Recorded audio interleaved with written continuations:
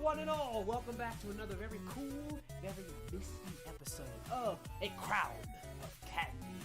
I'm your humble dungeon master, and with me, as always, are our intrepid heroes. Say hi, intrepid heroes. Howdy. Hello. Oh man, look at this map, guys. We see. Oh, don't worry, you will in a second. We see our intrepid heroes switching. We see our intrepid heroes poised on the edge of a platform here. Behind you, you see that the misty pathway leads back into the rest of the ice cream temple, and in front of you, floating over the mist there, very off in the distance, again, you will see in a second, the large plinth I was referring to earlier, on like an icy plinth there. You see the tall tower of ice, that tall tower of ice cream there in front of you. It's like dark. It's like this dark energy with this kind of like white vanilla and like white chocolate with these like very poised ice crystals there. You feel the presence of a candy road going to like a realm of pure sweet and candy dreams. On the like going down into the icy mist there. You see that the Sugar Plum Fairy who floats in front of you has revealed that, like, through the ages, like the long ages of Candia, since the arrival of the Bulbian Church, she has sought to, like, avoid the fate of, like, the other spirits of the Sweetening Path, and she's trying to hide Candia's magic away where no one else could find it. Beyond Calorum, and it seems that she has also, has the souls or the essences of these other Candians, like King Amethar, like the other sisters, Citrina, Rococo, Lazuli, and Safria.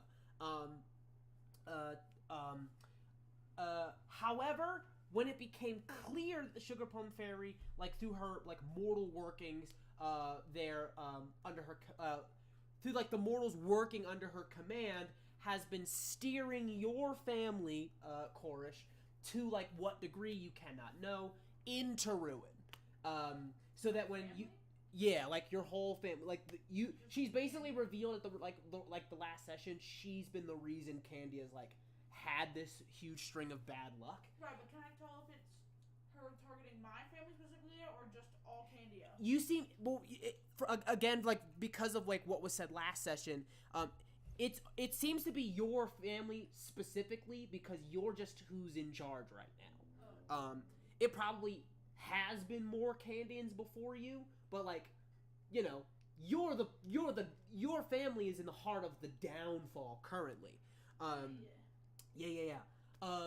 Cool. So that when you arrive here, you know, she tries to offer you guys this like to follow this sweet road into the mist, would be as tempting. So like her using the voices of like your past family, like make it as tempting as possible.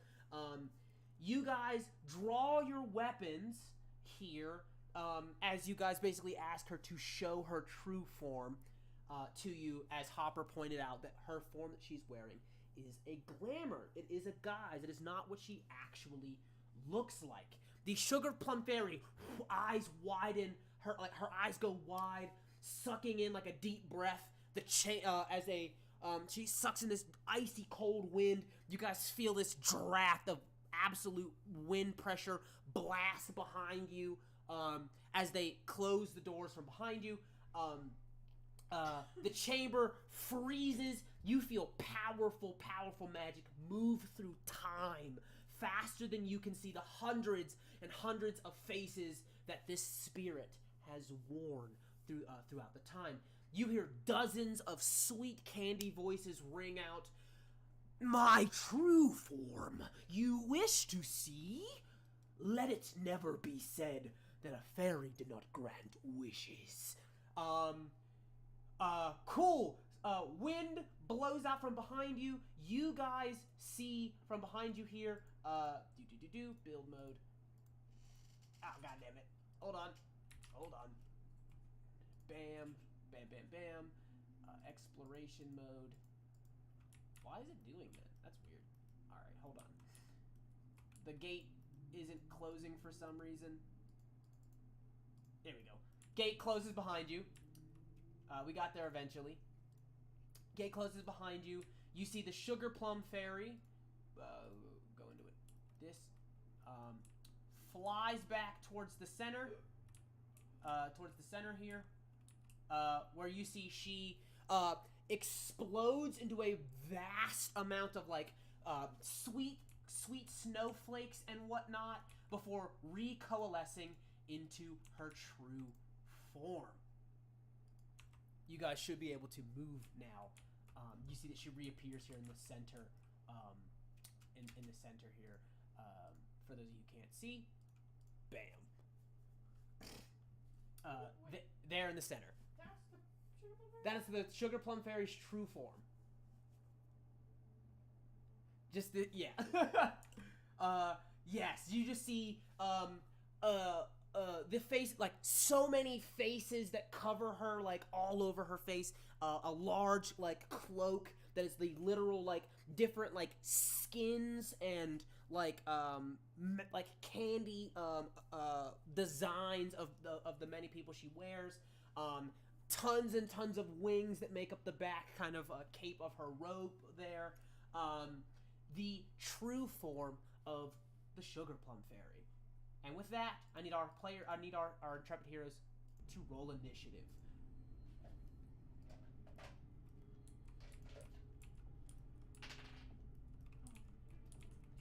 In the meantime, I will roll for our Sugar Plum Fairy.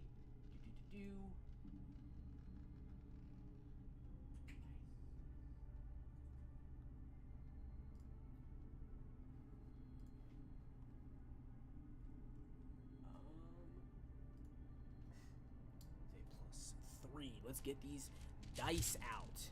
Bam, bam. Alrighty.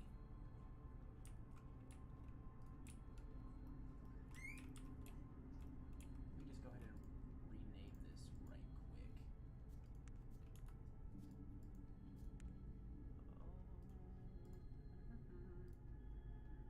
Rename Sugar Plum Fairy. Can't spell. No big deal. Bam. Go into turn-based. Add turn. Alright, 25 to 20? Anybody? Nice, love that. 20 to 15? 18? 15 to 10? 17. I'm sorry, what? 17. 17. Bam. 15 to 10? 11. 11. And that leaves Hopper. What did you roll, Max?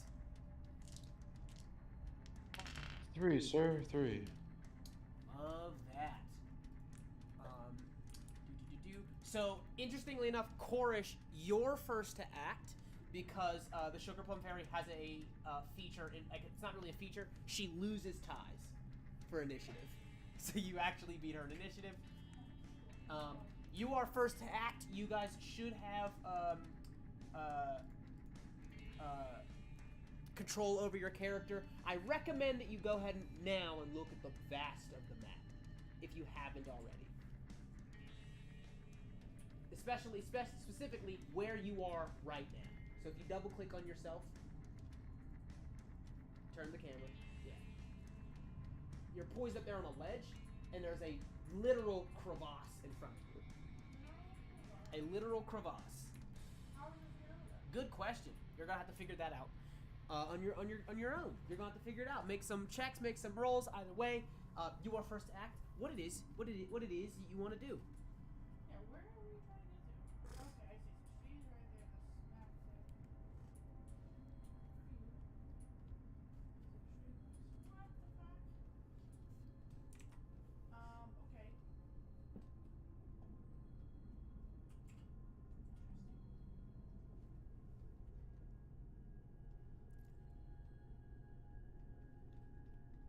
Cool. I'm gonna use the cloak, and I'm just gonna walk. You're gonna walk down. Yeah. Okay. Why? Do you remember about last session? I just want you can do what you want. So you're walking into the mist and then you're gonna try and walk back up. Maybe I don't remember what you told us. Okay. Make an Arcana check, please. Oh god, it's not. That sucks.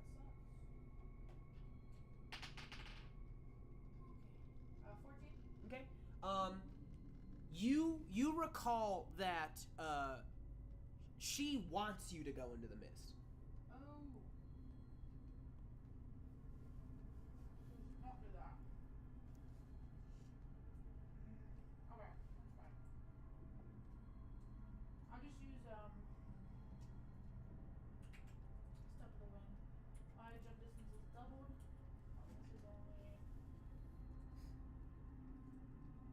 17 feet. Okay.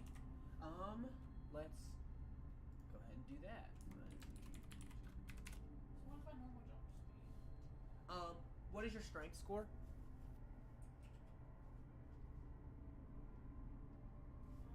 14. 14. How tall did we say you were? 6 foot. 6 foot. You are using Step of the Wind. Your long jump, is 28 feet currently with Step of the Wind.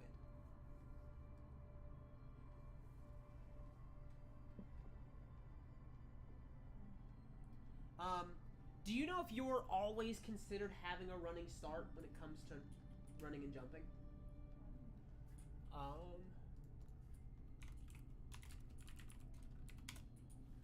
Let me see real quick.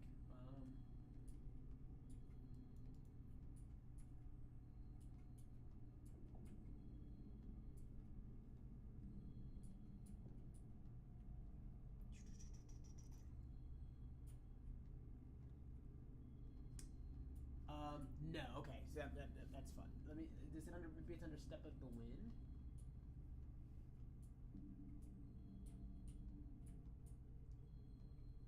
No. Either way, you have the movement speed for it, so it is what it is. What do you want to do with your turn? I would like to get as far as I can. All right, I mean it's your turn. You can go ahead and move. You have a 28-foot jump. So essentially you have a 30-foot jump. Right. So can I because this is only going to take me 15 feet. Correct. So can I then, you know what I mean? Can I then just use some movement? Yeah, have your full movement. So 8 more feet, I guess. So you have 15 more feet. You jumped what? How many feet? How many feet was that jump? 15. 15? Yeah. So you have 15 more feet. And this is 11. So that'd be that's about 15. Korish, you take a step back. You see that the Sugar Plum Fairy has revealed her full self. You take a step back, put your back against the closed gate. Boom, boom! Two big strides as you leap into that centerpiece, leaping again onto the center platform there. As you draw closer to the Sugar Plum Fairy. Anything else you want to do with your turn? You still have I believe a action. Yeah.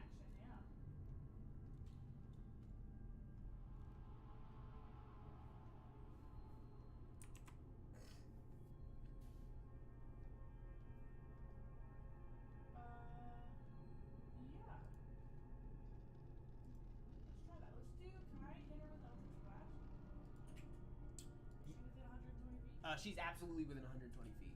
I believe so. That's a long distance. Yeah. Oh yeah, 100%. Yep. Sick. Eldritch Blast the fuck out of him. Alrighty, go ahead and roll your damage. 20 fire, force damage. Yep. I just roll that. Mhm. Okay. How do you have Eldritch Blast? 5 points of force damage. You hop into the side, boom, blasted with this giant, this big ray of Candian magic there.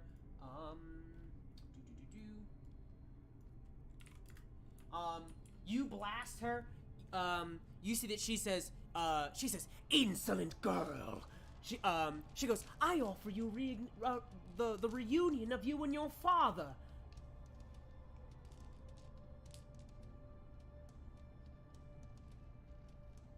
Do you want to say anything back, or do you stay silent?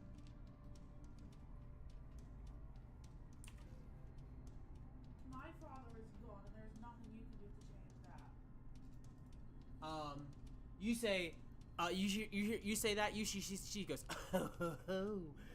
She goes, I'm much more powerful than you think. She's going to use her first legendary action as well as her layer action on you. What? The first one is dexterity saving throw, please. Okay. Oh, thank God.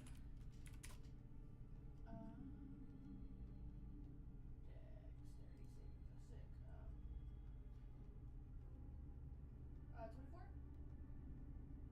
24? 24 is an absolute pass. Do.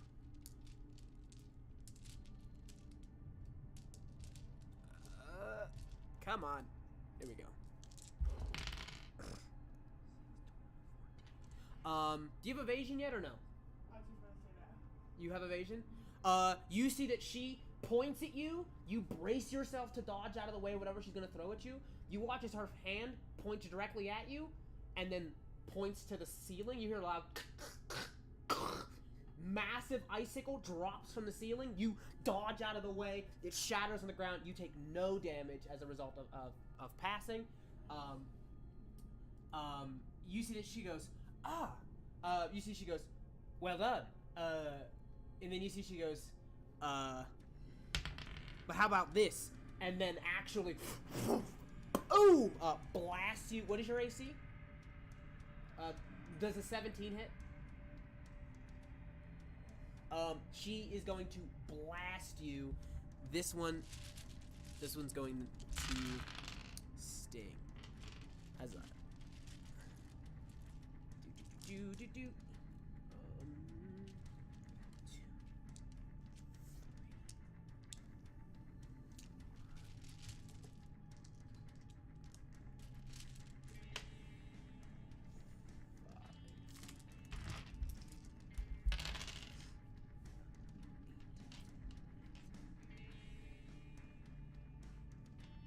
You take 28 points of necrotic damage. Just open up a calculator.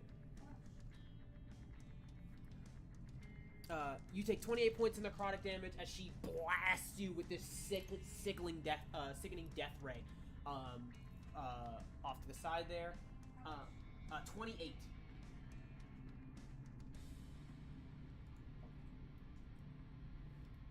Can I hellish review?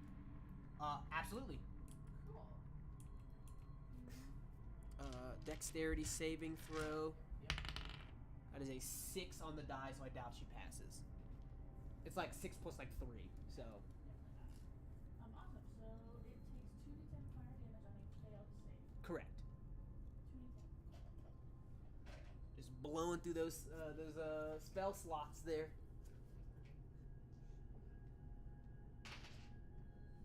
3 and 2. Another 5. You go ahead and light her up. That's your action, that's your movement, and that's your bonus. It is now the Sugar Plum Fairy's turn. Oh, God. I need to set her as hovering. She has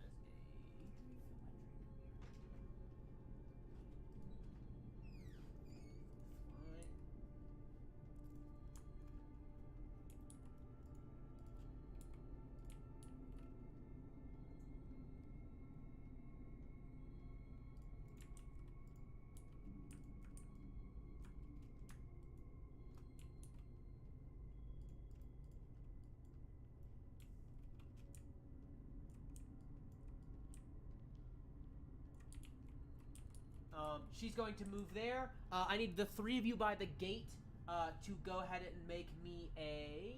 Is that a con save? Okay, never mind. You do not make the save yet. You see that she walks over, grabs, pulls out this kind of, again, ripping this magic from the different souls she's taken. This kind of cotton candy magic, drops it on top of you. This sickling green, like, not pink and fluffy and tasty that you would normally buy from a carnival. It is this sickly green and like dark green, almost like black cotton candy she drops on top of you. She is then going to.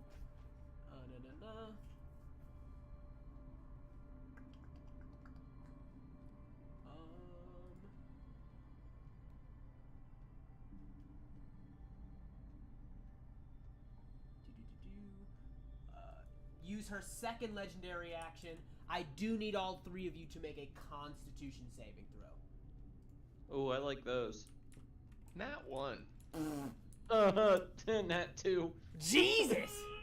Oh, wait for Yeah, we love con saves. She drops this cotton I candy mean, it's a on you. 7, but She drops this cotton candy on you. You hear this voice just whispering, almost like you're in this giant fog cloud, and you just hear these voices like peeping from different around you. These words have never been more closely related to like words that are daggers. As you feel her creeping inside of your mind and like wringing it out like a wet towel. You got a nat 1, a nat 2. Max, what did you get? I got a 4, bud. 4. As you literally feel her beating you down mentally, and it is affecting your physical body, all three of you suffer 1 level of exhaustion.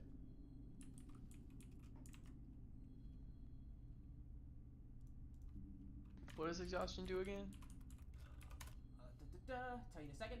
Your first level of exhaustion, you have disadvantage on ability checks.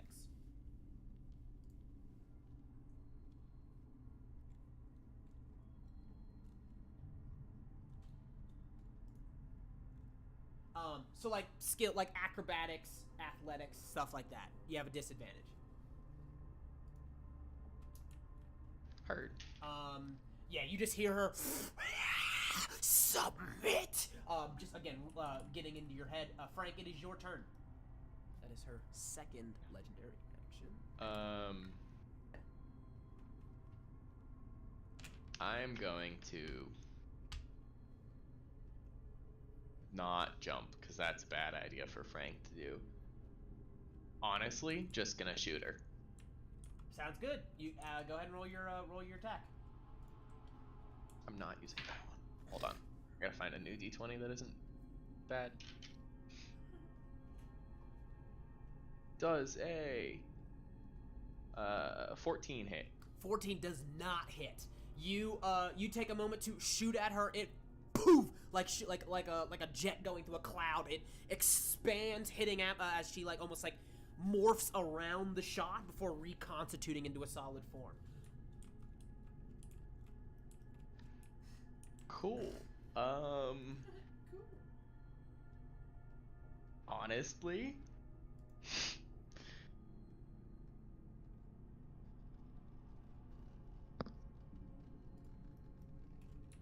that's all.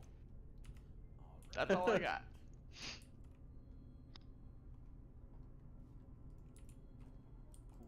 Okay.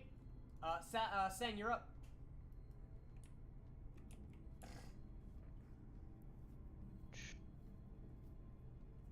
kind of want to try something. Love that. Okay, does the Sugar Plum Fairy count as a beast? She does not count as a beast. Absolutely not. Okay, well that won't work then. She is about 200 faces, about 3 pairs of wings, and she's covered in like in this world human skin.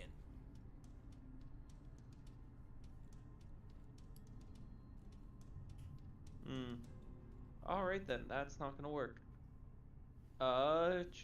In that case, I'm going to wild shape into.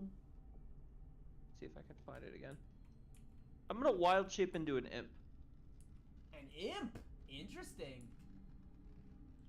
Yeah. All right, I am not changing your figure because that shit gets confusing. So All good. You change it to an imp. You guys watch him like bend and break into the smaller being. He's got like these crazy almost like peppermint striped horns. These like leathery wings made of like almost like fruit roll-ups and shit like that. You are an imp. Is that an action or a bonus action to wild shape? It's an action. Okay, so you action do that. You have a you still have your bonus and your movement. Imps have a Word. fly speed, right?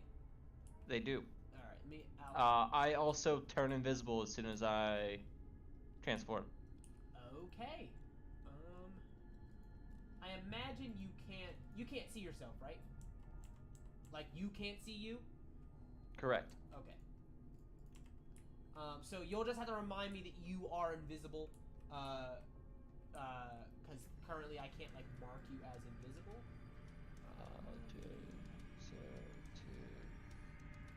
What's my hit die? D8. So Here, I'll add a color to your face so that I can see that you have a status on you.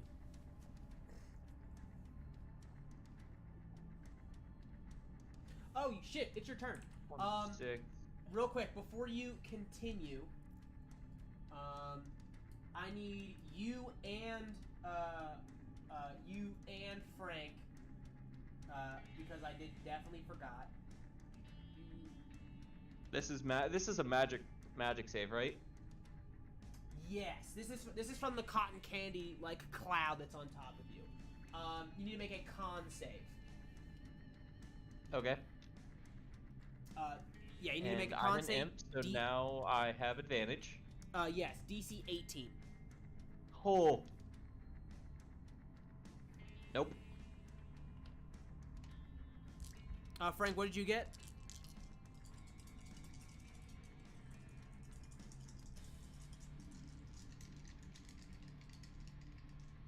I don't like the amount of dice you have in your hand. I'll just tell him when he comes back. I got 5. Sorry. You both take 15 poison damage. No I don't. Are you immune or resistant? Immune. Ah, okay. So you don't take any. You just sniff it in. This is just another little cloud poison burst there. So you're all good. It was my mistake for not keeping up. So yeah, I'll say your imp stuff applies for the save. All good. But yeah, Frank, you take 15 poison. I actually rolled like dog shit, by the way. So, yeah. Anything else you want to do with your turn, Sang? I'm going to use my bonus action to summon my totem. Alrighty. Figuring out which one is going to be good here, though. Cool. While you do that, I'm actually gonna grab some water if you guys want to strategize in the meantime.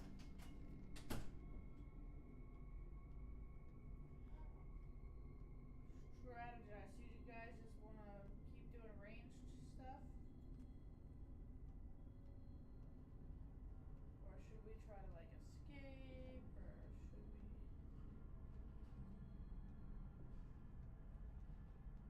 Can you hear me? Yeah, I can hear you. Oh, okay. So do we want health, or do we want advantages on ability rolls? What do you mean? Or, well, my totem. So I can do advantage to attack roll, health, or advantage to ability checks.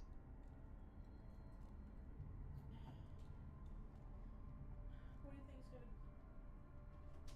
be smarter for what we're going up against? I have a turn. No, go Well, away. considering this thing just tanked through our health, well, not mine, but your guys's, Yeah.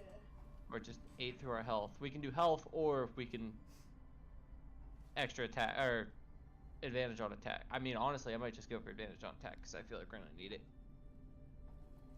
What is it? 30 feet.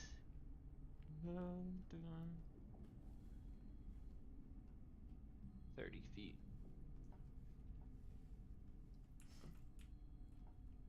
All right, y'all. What's the move?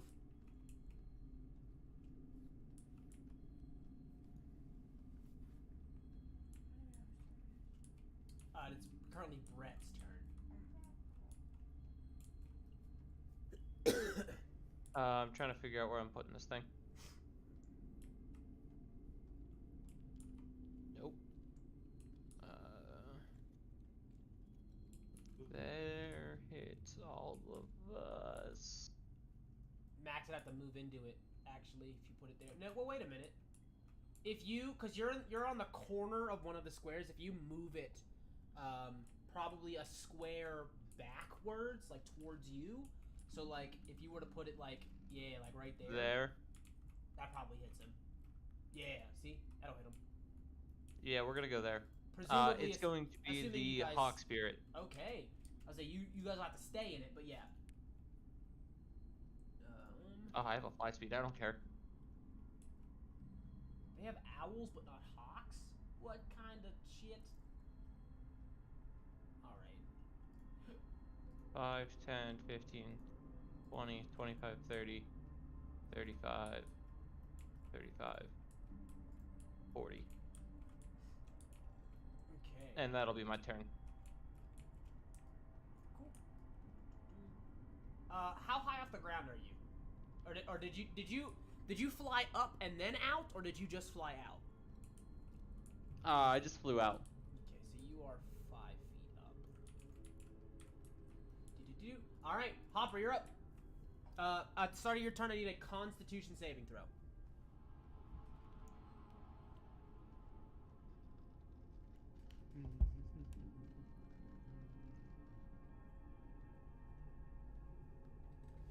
$14.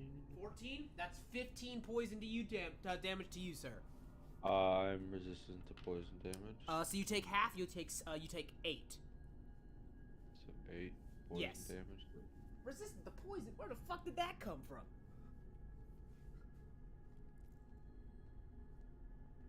All good. But it is your turn.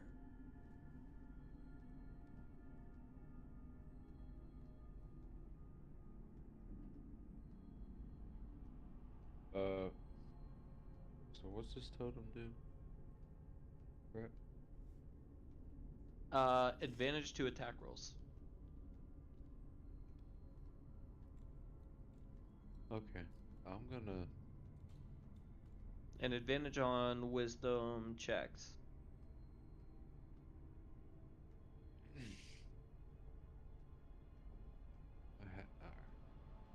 Just adjust a little bit.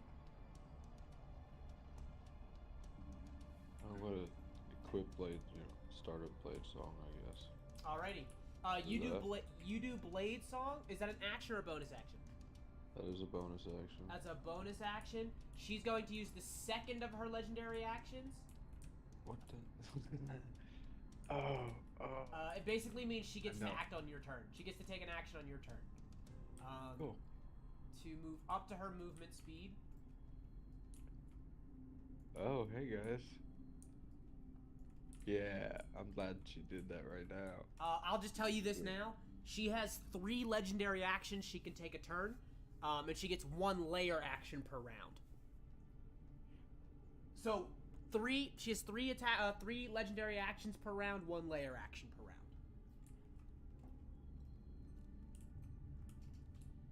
round. Alright. So you can continue your turn as normal. I'm gonna cast invisibility, stay right where I'm at, and You cast invisibility. She's going to use legendary action to counterspell it. cool. So you go to cast it. You see she blasts you with this arcane energy that immediately makes you basically come back into focus. And you see that she says, you see she looks to all of you and she goes, imbeciles, each of you! You are in my domain. None of you do. She goes, none of you do otherwise. Yeah, none of you do otherwise. Yeah. So that's your action, your bonus action. You still have movement. What's these goggles I got on? Is this sight beyond sight in action? What is that? It says what? Sight beyond sight. While wearing these crystal lens goggles, you gain true insight out to the range. Oh, you of gain 60 true feet. sight. You can see everything. So essentially, like, if you're blinded, you can see. If you are in darkness, you can see. If something turns invisible, you can see it. Okay, I want to gain some information on how Well, many it hit doesn't give points you she got. insight. It just lets you see things you wouldn't That's normally be able to. Huh?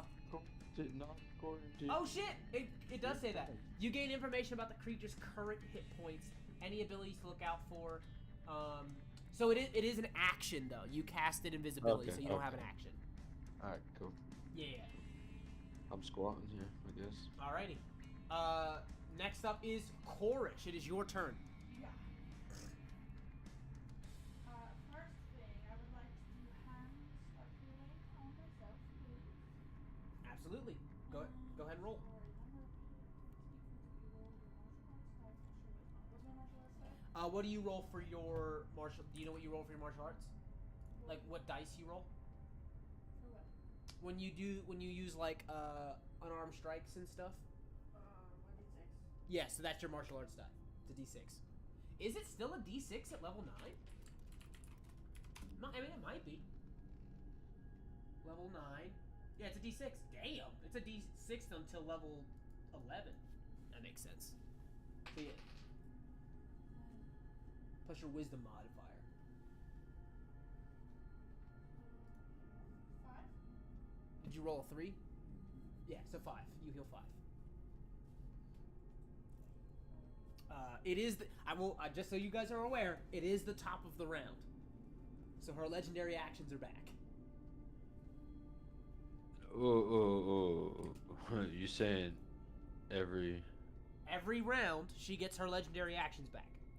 and every round is at the end of my turn. Correct. To start. Okay.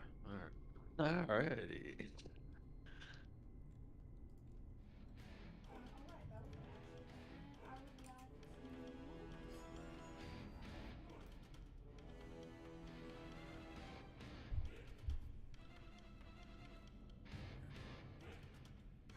Can I also...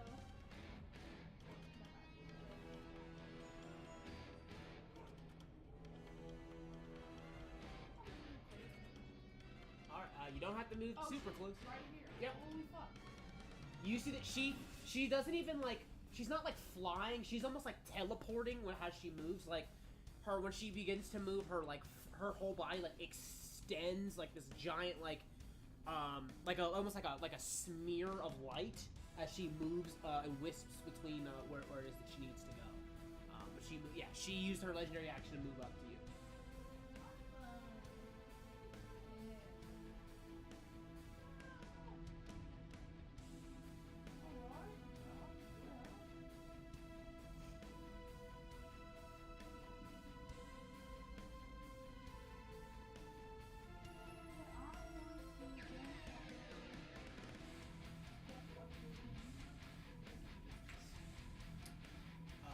Okay. Where do you want to go? I can use my own movement. You can move your whole movement speed.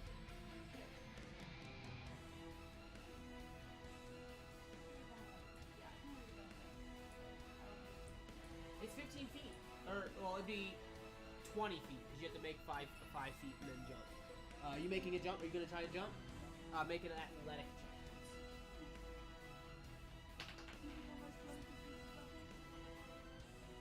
Oh, you step of the wind. Yeah, you're good. You do have to choose a square, though. You're in the center of 4 squares. Oh, no. Well, can I say I walked a little bit and then jumped over here? What's your movement speed? 45? Let's go ahead and count it then. Yeah. So you're there. It would be 5, 10, 15, 20, 25, then 30, 35, 40 would get you to the corner. Okay. And then you have 5 feet if you want to use it still. Because that's only 40 feet.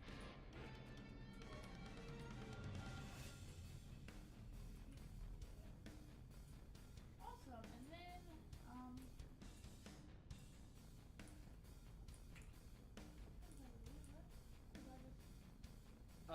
Yeah, you action, bonus action, that, yep, alright. You do that, it is going to be the Sugar Plum Fairy's turn. She's going to step forward. She can't see you, Brett. She does not have true sight. going to layer action Max. So Max, I need a dexterity saving throw from you.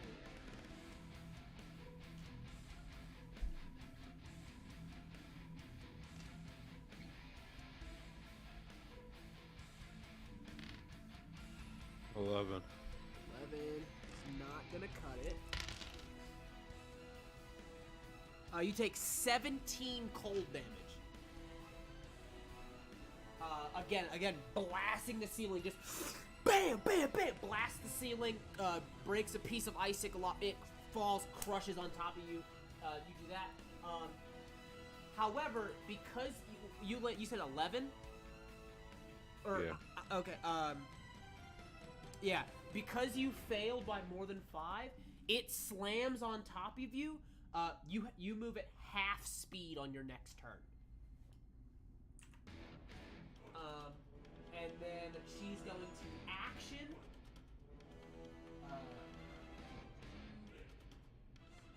Code.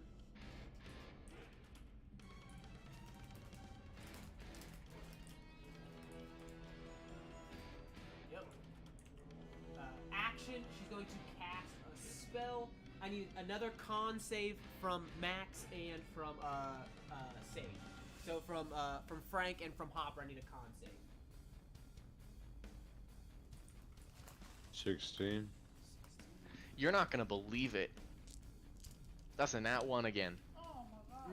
We love this.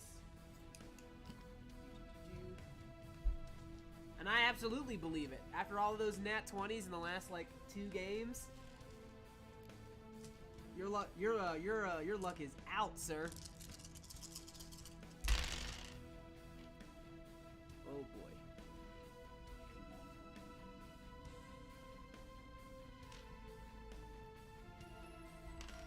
You both take 31 cold damage. You see she, again, takes a big, deep breath. Boom! Blast you with a torrent of cold, like, shards of ice slice through your skin. You guys are absolutely branded. She is not going to move. She's gonna move here. You get an attack of opportunity if you would like, Sang. No, that'll turn me visible, and I don't do that. Alrighty. It is your turn, Frank. Start of your turn, con save. Thank Christ. 21. 21 is a success. Is it half on successes? Half as much on a success, yes.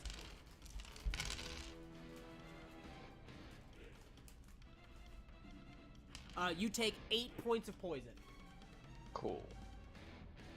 Are you resistant to poison or no? Nope. Okay, so yeah, you take 8.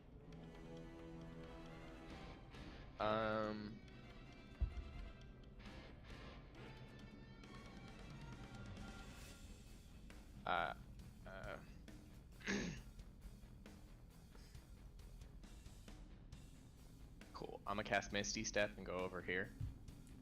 Okay. She'll let you have it. So you cast Misty Step. Damn.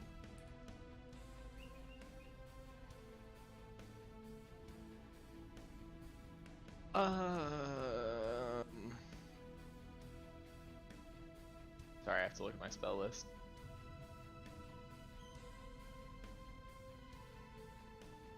Yeah, and then I'm gonna cast Fly.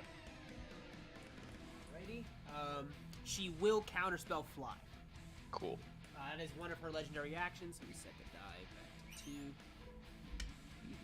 That's all for me. Well, Alrighty. I'll move over there. So I'll do that. Sang, it is your turn. Before you begin, Korish, I need you to make a. Oh no, it's an attack roll. Never mind.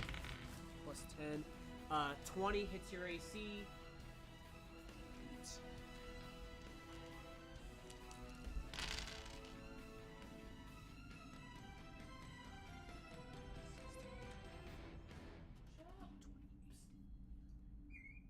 You take 33 necrotic damage. Jesus Christ. As another legendary action, 33. She just settled down a bit.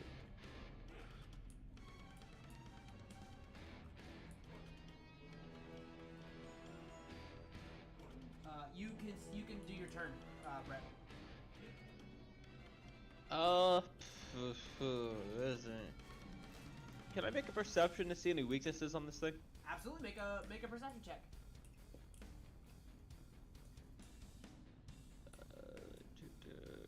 One.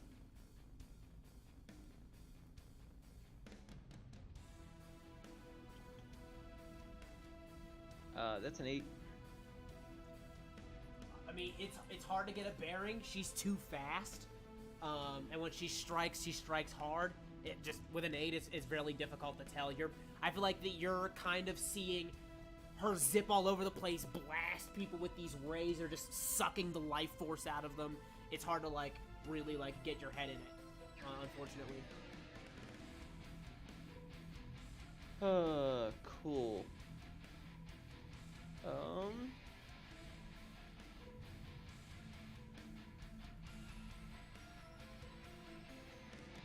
Shit. I think I conjure animals here. You're casting a spell. Yeah. Okay. She will burn the third one. She burns her third legendary action. She counters your spell. You are visible. Why would I be visible? It's only when I attack I turn visible. It's cast a spell or attack, I believe, isn't it? Attacks or its concentration ends. Oh, so then never mind. Then she wouldn't be able to. Then yeah, I mean, I already said she counters the spell. You see, she counters your spell. She does not see you, however. I mean, I think I've moved behind her now. 15, 20, 25, 30. Yeah. We go here. Alrighty. How do I rotate my character? You want to left click your character, hold an Alt, and then you can move. You can move it.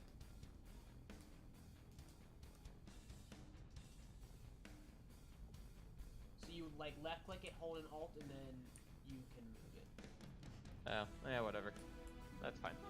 I don't know where you want to rotate to. I was just showing you how to do it. Towards the beast thing. What beast thing? The thing we're fighting. I was just gonna face okay. it. He goes, the thing we're fighting. Hopper, it's your turn.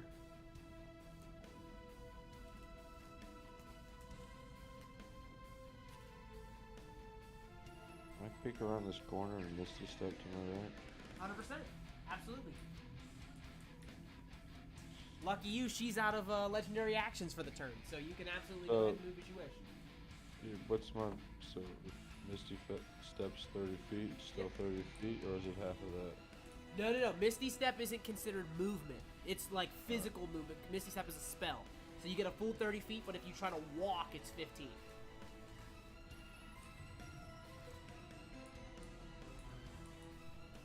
You whip out of the corner, you port on over. You still have 15 feet if you want to move.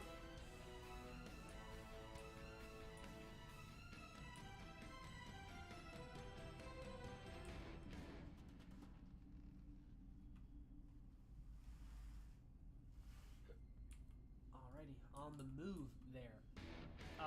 That's a bonus action. That's movement. You still have an action left. Oh, I do. Alright, let's, can I see this, true, sight? Ooh! See her hit points? You are going to see her hit points. I will send you her hit points. I will send you her hit points on a PM, like on a private, on Discord. Yeah. What about any of the abilities to look out for? Is that a whole nother question? Ooh, good question.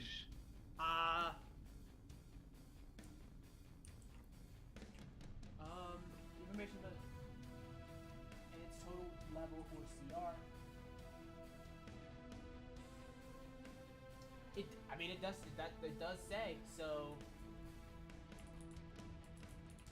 I will tell you her legendary actions. Alright, and that's my turn. Yep.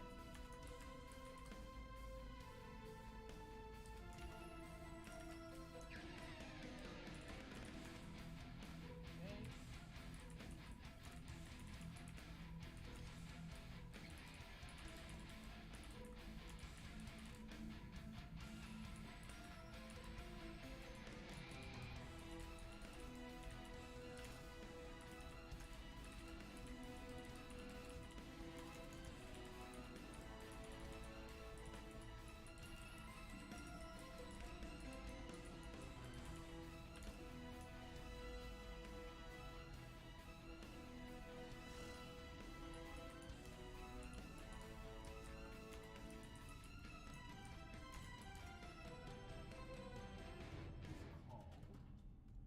Do.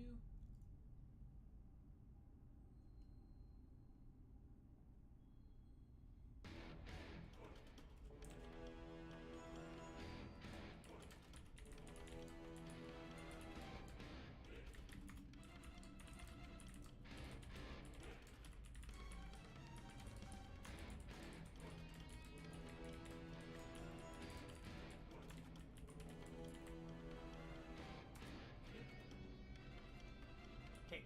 Those are her legendary actions.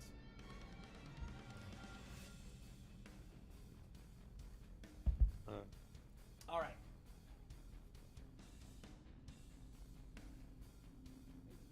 Okay.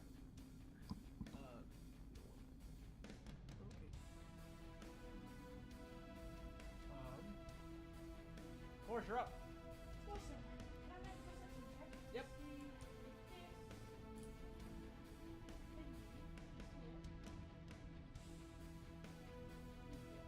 Yes, I do.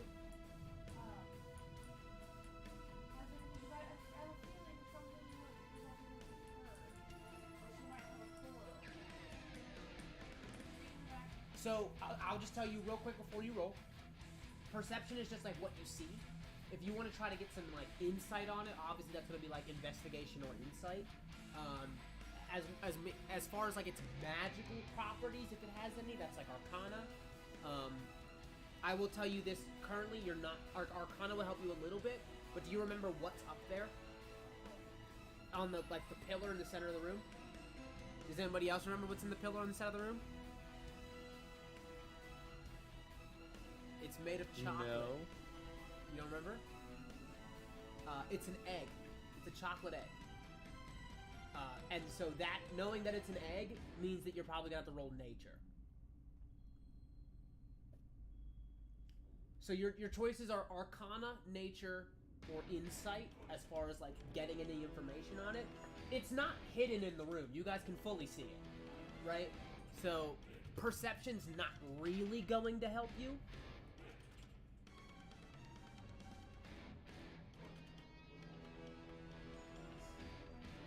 19. You rolled insight. You see, for starters, the chocolate around it is, because it's made of like, it's encased in like ice, but also like a chocolate pillar. So, first thing you notice is that the pillar was here before the ice was, right? And it was made of chocolate. You're standing on like chocolate and like candy bricks. This ice shit is kind of new, right? Not new, but like, it came after all of this. Meaning when she was locked in here, that's probably how everything froze. The chocolate that's under the ice is melted. So you see that. But it being an egg, it means very clearly means something that is similar to anything that is an egg. Something's inside of it, right? Do you recall the tomes? I'll say you said you rolled 19. You literally, like, for a second flash back to being in the warm room with Speria, where she says, like, you know, I have been combing through the tomes, and I think I have found that there's, like, remember the ancient, like, she found this, because remember, she's a priestess of the sweetening pack. old like pagan Candian religion and magic. So when they wrote in these tomes, it's like real cryptic, like shit that like, oh yeah, this will help us because we know it's in the temple, but it doesn't help anybody else. Do you remember that conversation? So like, not what was said, but do you remember the conversation where she had like all the tomes? She said that in the depths of the cold, you will find like the heat that will change the tide of battle. With a 19 insight, this is like the depths of the cold, so that must be the heat that changes the tide of battle. That's what you get with your insight.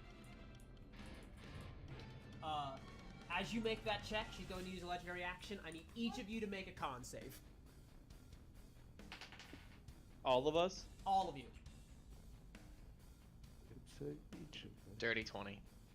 Not 20. Ooh. 16. Jesus Christ. 3. 3. So the two 20s, you both pass.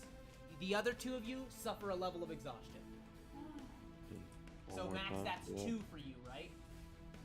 Yeah. Alrighty. 2 levels of exhaustion means your speed is halved. Oh, that's fine.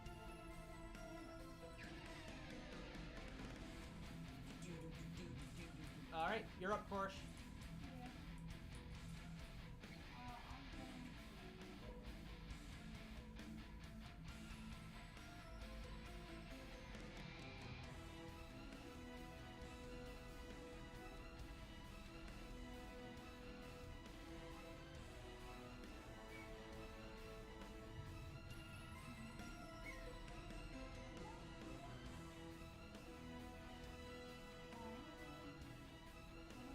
Yeah, taking your turn.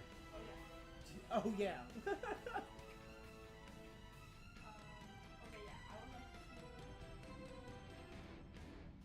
Step of the Wind. Did you? I was gonna say, did you share the information about the chocolate? Yeah. Are you... Okay, what do you say, though?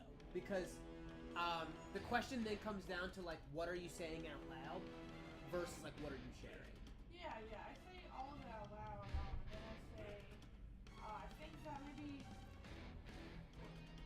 I really don't know what, but if you do something with that egg, maybe something will, she's going to have a weakness, and right now I don't see a real good way to fight her, so. I'm going for the egg. Alrighty. Do you say you're going for the egg, or do you just start heading for the egg? I just say it. Alright, so what do you tell them? What do you say to your teammates? I just say I'm going for the egg. Alright, so you guys now know Korish is going to head for the egg at the top of the plinth.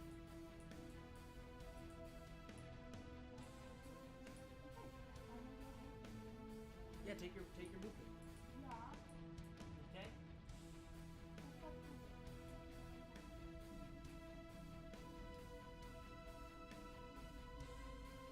Yeah, so you round that to about 10. Yeah, you're good. You have 45 movement, right? So 30. You make that jump. She's going to let a layer action you. I need a dex save.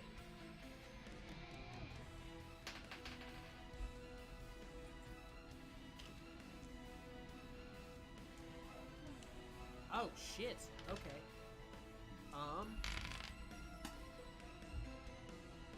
You take 9 halved. Yeah, you take 9 halved to 5 cold damage. You pass, so you take none.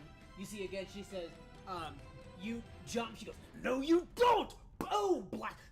You midair, like, you midair find yourself like flying, like arcing your back, almost like high jumping, where you have to like bend upside down. You manage to catch the end of the thing, pull yourself up back to the thing as it whiffs and falls into the mist. You literally, as you stand up, you look down, watch the icy pillar drop through the mist, like part the mist, and it just falls. You never hear it hit the ground. You yeah, absolutely keep going. I did. I moved the rest, which you said was 30? 35. Oh, 35. Is that 30 feet that you moved? Yeah. Okay, so you get one more. Action dash. One more. Yeah. Okay. And then what? So you bonus action step of the wind to do what? Just double your jump?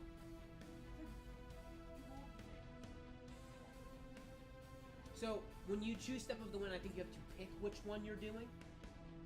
It's not just all three, I believe. Yes. And jump distance. Okay, so the jump distance is you just get it. Yeah, and I didn't disengage, I dashed. So I didn't So you move another 45. Yeah. Yep.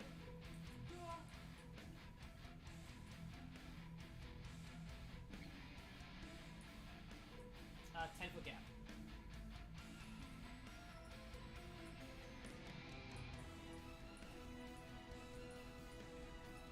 Fucking monks. Absolutely booking it on the straight there. Is that your turn? Do you have an action left? Because you step of the wind as a bonus action. You still have an action.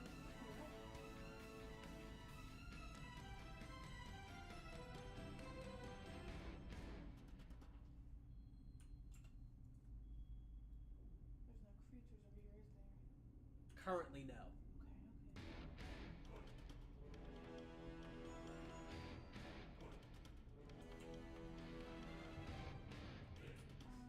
How tall is she? Like 15, 20 feet. So, I'll say like a nice even 18 feet high.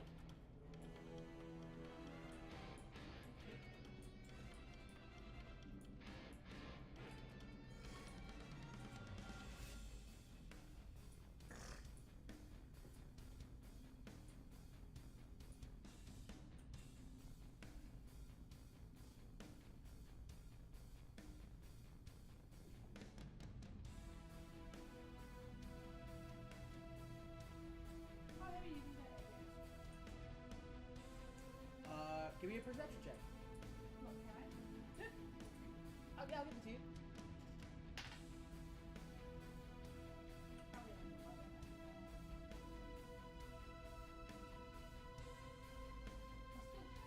Well, honestly, it's hard to tell. It's not so much that it's hard to tell, like, you don't know. It's a relatively large size egg, so it might be like 10, 12 pounds. Again, it kind of depends on. It kind of depends on what's on the inside. It's probably more than 10. Like I say 10 or 12 pounds, but honestly, probably closer to like 15 pounds.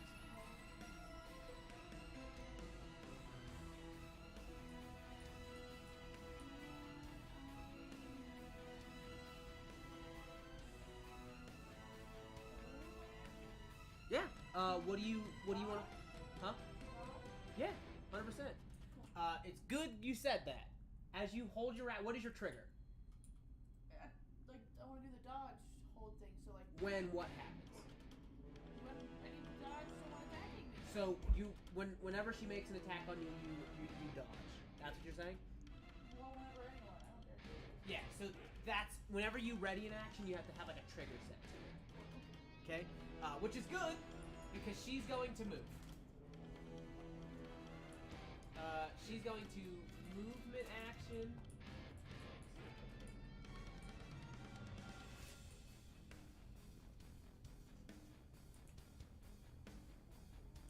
Movement action. And then she's going to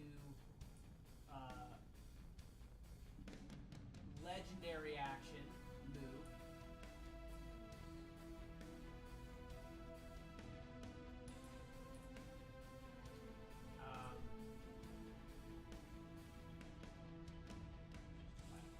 Legendary action move. You are within range now. She's going to action. She's going to cast a spell.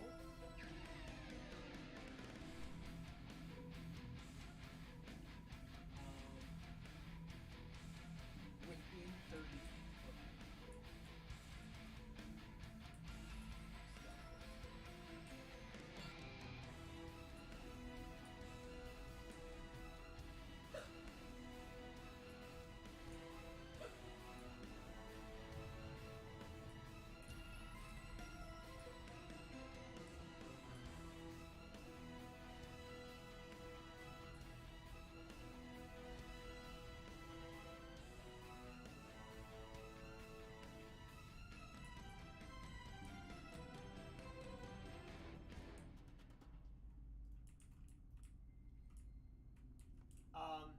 see she summons the remains of like another dead Candian that's like buried somewhere in these halls. It's like whose corpse is there, but like their soul is no longer there.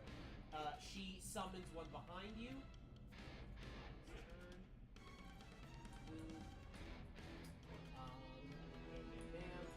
So that's her action. It's gonna go at the top of her turn. She's going to legendary action, in which she's going to attack you with her death ray again. You are dodging, so this is rolled at disadvantage. But you're lucky, because that's a natural 1. Natural 1, you see that she goes to shoot it. You see in the meantime, I would say, you guys, anybody who's a spellcaster on your team, so Sage, so Sang, so Frank, so Hopper, if you guys have a spell within range that you would like to cast, you can absolutely do that as a reaction. You can say no if you'd like, and I'll just think of something here on the spot.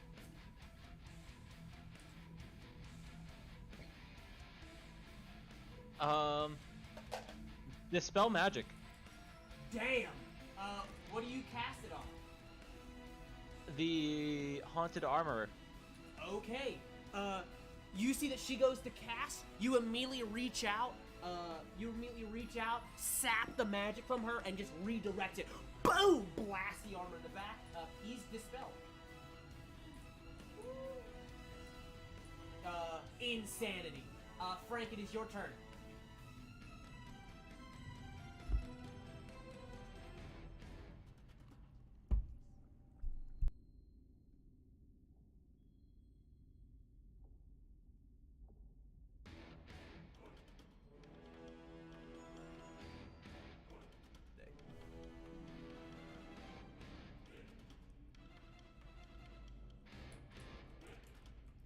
What do you want to do, Franklin?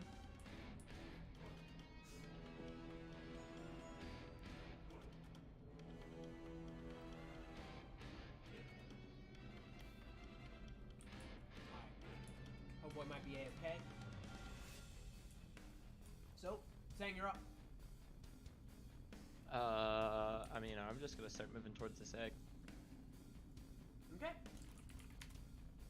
5, 10, 15, 20, 25, 30, 35, 40. 5, 10, 15, 20, 25, 30, 35, 40. Double move.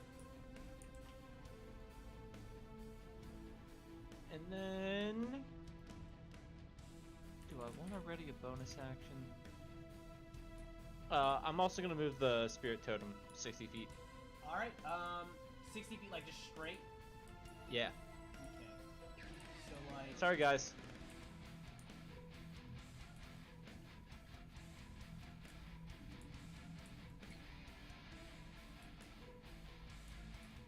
So, where, like, here, or...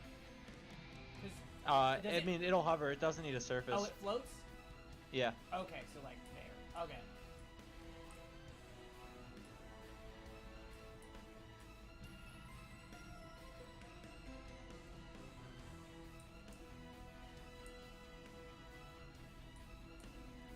Like, right there? Yep. Alrighty. Anything else on your turn, or are you good? That was my bonus action, so yeah, I'm good. Okay. Hopper, you're up.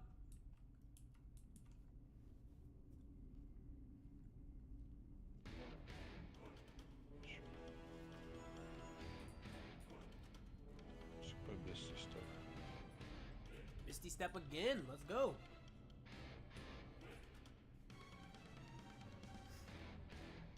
That's all I got. You have an action, so you can cast a spell if you like. Or you can make an attack if you want. She isn't Fae, is she? You have no idea what she is. I have no idea. You can't see what she is? Not according to that answer. I just got.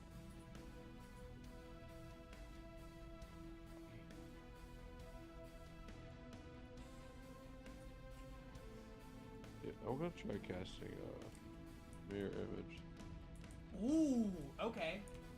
and let's see. Setting up some defenses.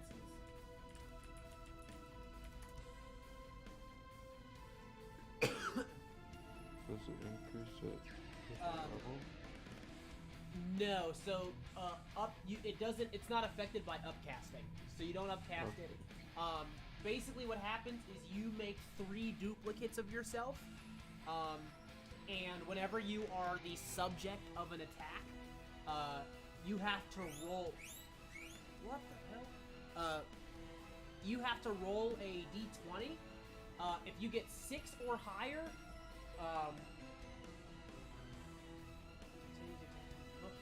the attack hits a duplicate.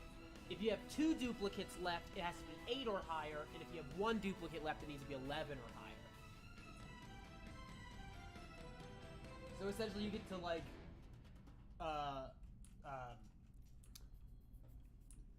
dodge some attacks headed your way. Perfect. So she move, legendary action move, legendary action summon. So she still has 1 left. And layer action missed you as you jumped over. Okay, I'm just making sure we're all caught up. You cast mirror image. She is going to legendary action. Damn. Okay, so she has to pick a different one. I guess Death Ray? Death Ray?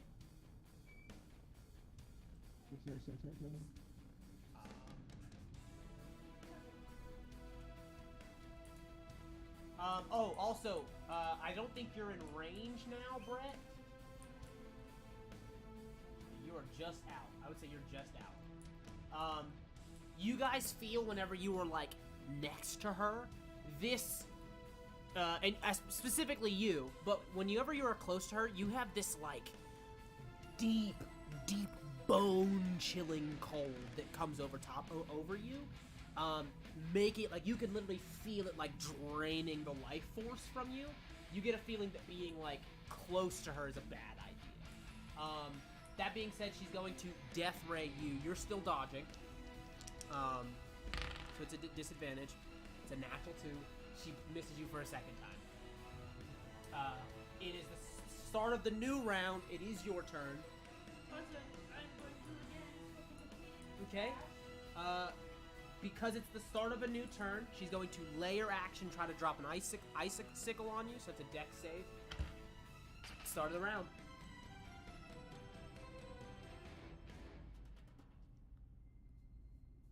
$15? 15 is a failure.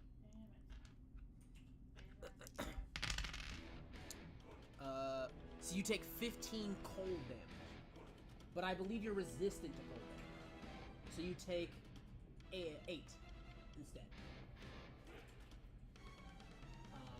You do that. She is going to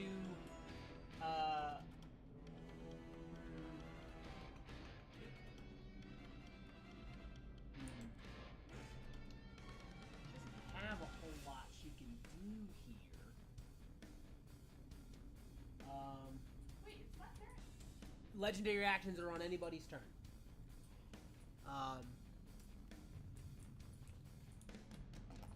I think she just wails again. Yeah, so everybody makes a con save. Is just- that for the poison damage? No, this is for she keeps screaming and it echoes off and it's like again it's that like the weird twisting of your mind ability she's using. Max, Jesus. Max, do you tell them about this ability that she's using or do you just let her keep using it? Well, I mean, it doesn't. I'm sure. Yeah.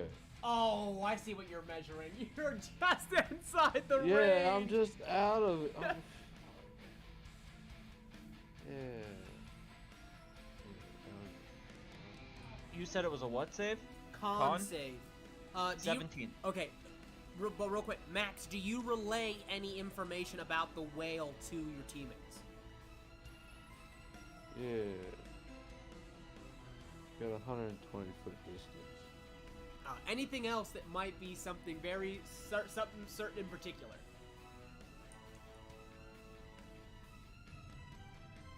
certain in particular? What? What is like the 1, 2, 3, 4, 5, maybe like 6, 7 words in that like middle phrase in the middle of the sentence?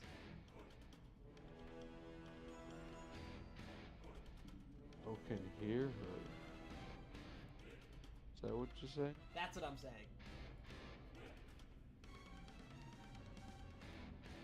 So anyone within 120 feet can hear her? He's saying Can we- Do I have it's plugs anybody in my that's within fucking- 120 feet that can hear her. Can I blow up my eardrums with an attack? I mean, you don't have to fucking kill yourself to. You can just cover your ears. Okay. Uh, Is that like a bonus action I could do at the end of my turn? It's a so you can do it as a reaction as the result of like of an ability. So in the case of her wail, you can burn your reaction to cover your ears, or as a bonus action on your turn, you can maintain it. Okay. I guess that helps out next time.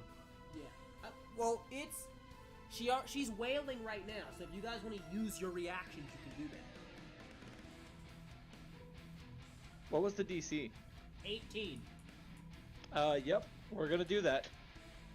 And we get a reaction every new round? Every round, you get one reaction. So you all close your yeah, ears. okay, yeah. That is that. And then, as she does that, she's going to legendary action move. Yeah, she could.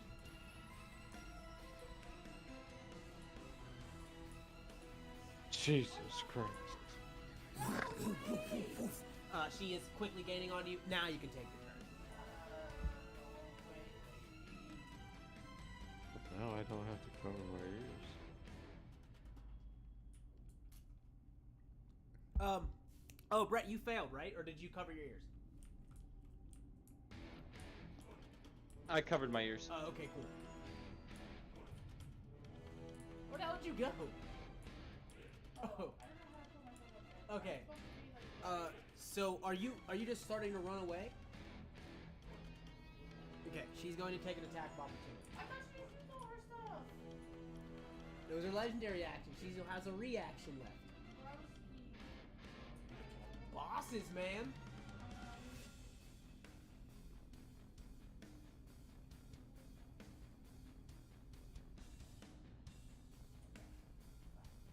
Well, it says, can I disengage instead of dash? Instead of attack?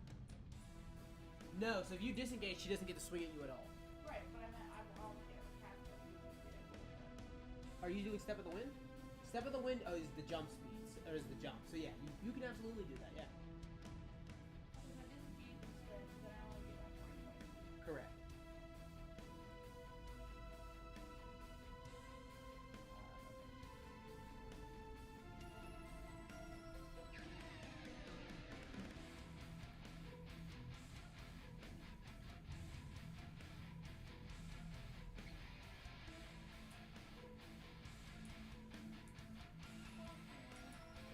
Okay, you see that she's as you were just jumping as she bears down upon you. You jump over the next bonus action disengage. Yes, you still have your action. You still have your action.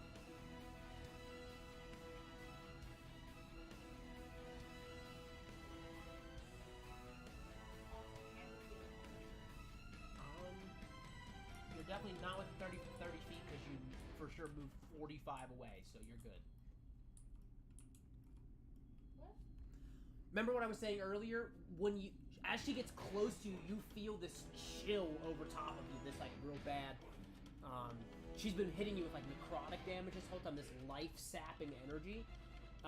You move outside of 30 feet from her, and that feeling goes away.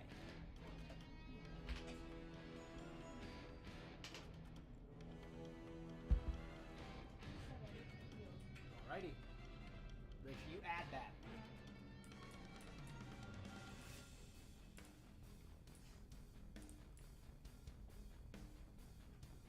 Alrighty. Yep.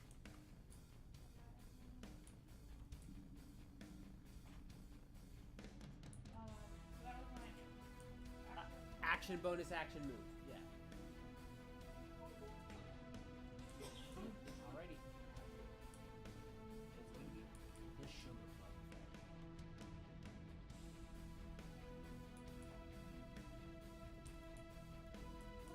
Get off my ass, bitch.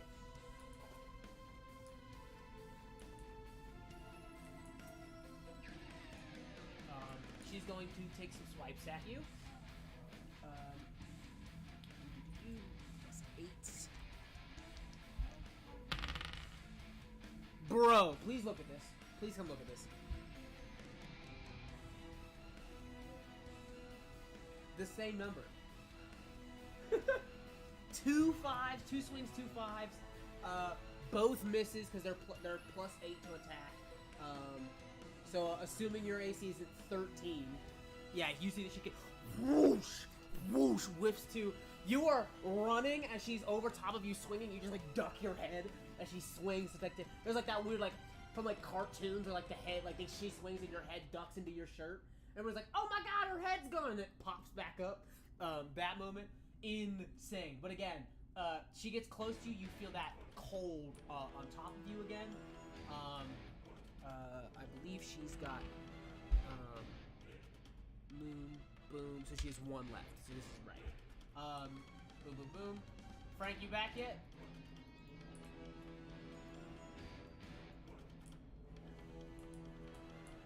Alright, guess not. Sang, you're up. How close am I to this thing? Ooh.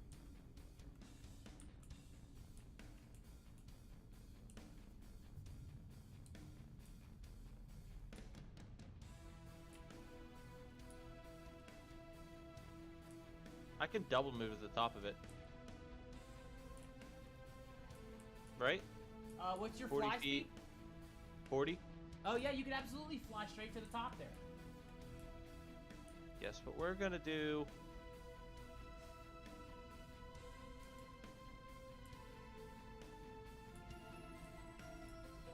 Are you flying the Narnia route? How do I go up? Hold in control. And then move your mouse up or down.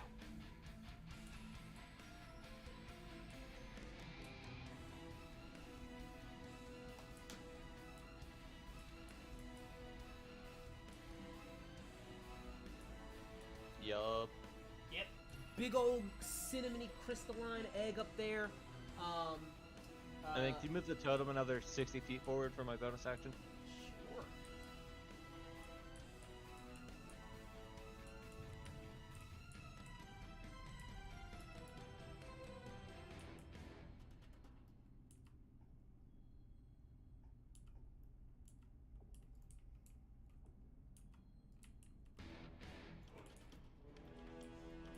Alrighty. What's its range? 30 feet? Yeah. Bam. Bam.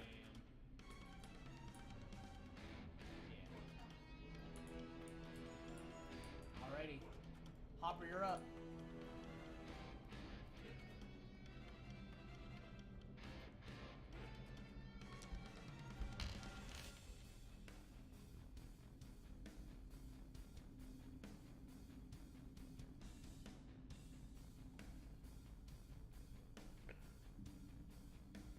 So if I walk forward a little bit, you think I can miss a step right here?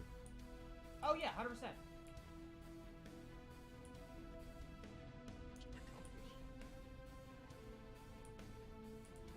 You misty step forward. You see that your friends are, or your allies are currently making a mad dash for this egg that's sitting up at the top there. You use your bonus action to misty step.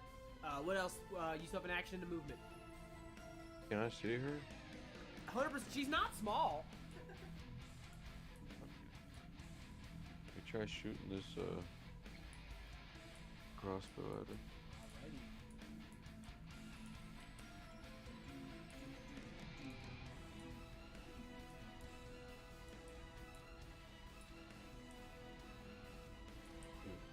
Hmm. 120 feet.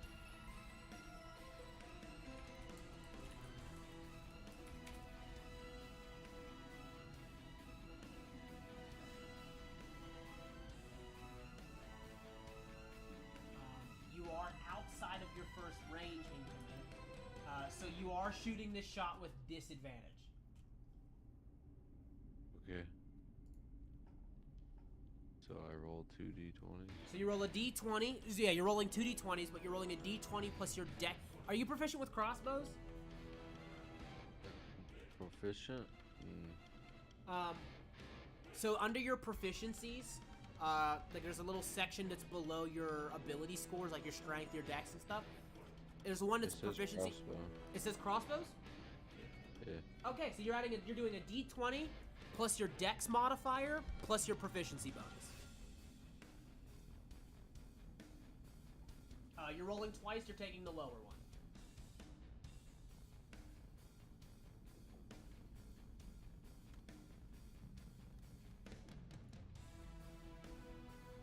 Lower one is 12. 12. Plus what? So you said plus 3 plus 4. So a dex modifier and a proficiency bonus. So correct? 19. That's plus 3 plus 4 plus 7. Yeah, 19. Max, that's a hit. Ooh. So you are rolling, I believe, 1d10. You're rolling 1d10. And Max, you're rolling, in fact, you're actually rolling 2d10.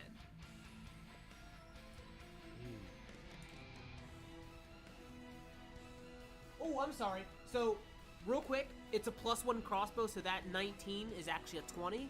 And you're rolling 2d10 plus your dex mod plus 1.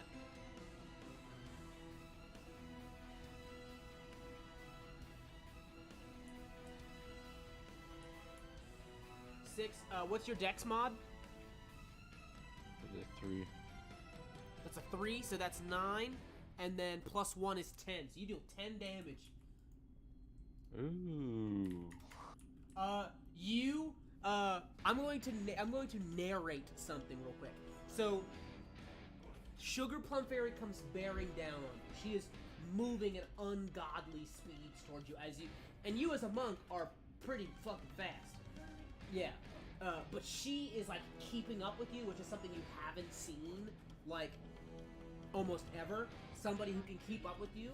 As she closes in on you, a crossbow bolt flies from across the arena, strikes her. You see the bolt is literally like has like runes on the bolt. You recognize the crossbow bolt. It is the crossbow that Speria gave you guys a little bit a while ago. It hits her. That cold feeling that you're feeling as she gets close to you vanishes.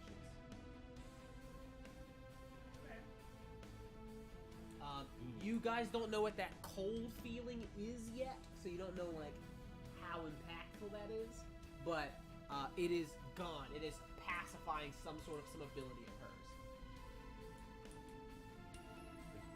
hers. Because Real quick, Hopper, do you have extra attack? I have 2 attacks. You can shoot again. Let's shoot again. So your same thing, rolling with disadvantage, which you're adding a +8. 16. 16 is... No, 16's a hit. Because attacker wins ties. So you're rolling 2d10 plus 4. And what's the once a day I can... Once a day, you fucking lock that crossbow bullet in and you tell me that's what you want to cast.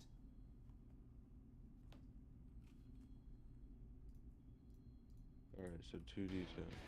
Do you want to use it, or do you just want to shoot the crossbow? I want to use it. Yeah, might as well. Yeah. That's all you do. You just go like, "Hey, DM, I want to fucking use it." So, you pull out the bolt, slap it in there, rack it in. I'm gonna tell you now, she's not super dexterous. It's a +3 on a DC 17. That's an 11. That's a 14. She fails. Let me tell you real quick what you're rolling, Max, because it's a lot. are rolling 2d10 plus 4. After you roll 2d10 plus 4, you're rolling 8d6. Okay. 8d6.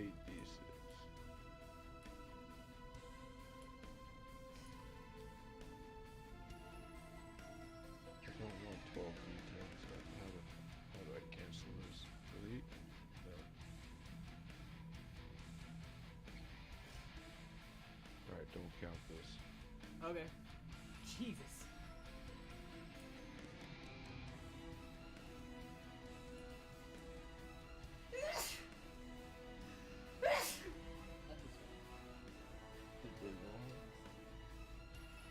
So go ahead and roll the 2d10 first. I don't know what are you rolling right now?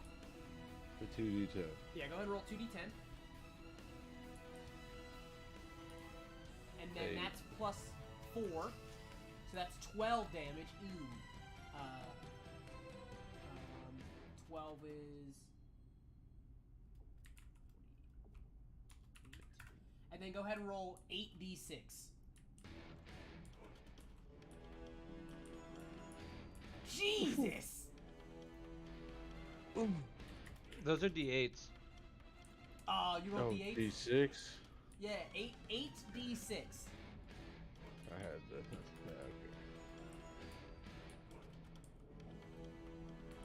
Yeah, Ooh, Okay. that's a lot of ones.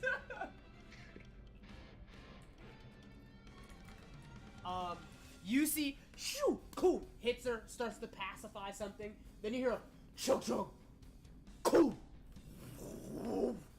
Arrow flies, literally like watching something like shoot down a tank, shoot down a kaiju. You just see, boom, big old fireball blast off the side of her head. She chokes on her spit. You see she turns, hisses at you. Jesus. Insane fight happening now. You using those bolts as you like load them in and shoot them, the runes on all of the bolts start to glow, Hopper, which lets you know that she is in fact a fey, fiend, or undead. How many points have I hit her for so far? Currently, you've hit her for. Can't bring up the chat log. It'll tell you the dice rolls in the chat. I can't pull it up. Okay, okay. Laying I got into it. her. Cool. I think she uses her last legendary action to make her last swipe at you. Yeah, you're right in front of her. 18 to hit? Okay. Huh? Yeah. Oh, okay. I thought you said nuh-uh. I was like, oh, okay. Not a ton. I lied. You take 4 bludgeoning damage, and then you take 6.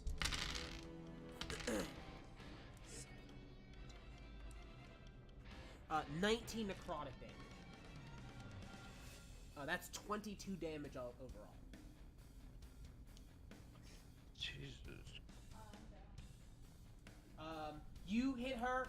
You feel a bunch of like a big wave of heat that hits you from the back, throws you off your step. One of the stones slips from under your foot, causing you to kind of fall off balance one way, and then you're hit back the other way with a meaty claw from the other side. Boom, you do that, and it is your turn. Start of the initiative, so it is now your turn. Go ahead and roll a death saving throw.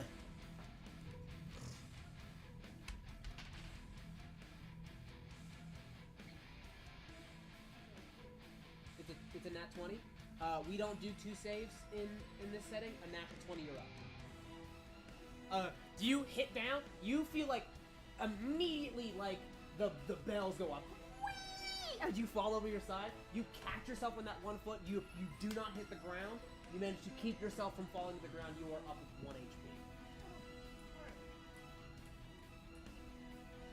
But it is the Sugar Plum.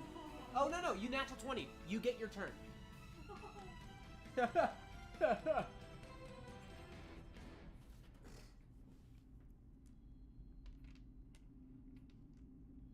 She's like, no, yes, no, yes, no, yes.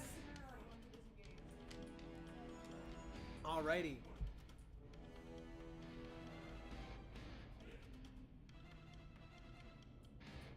Step of the wind, I assume? Okay. So you actually see, go ahead and take your turn normally.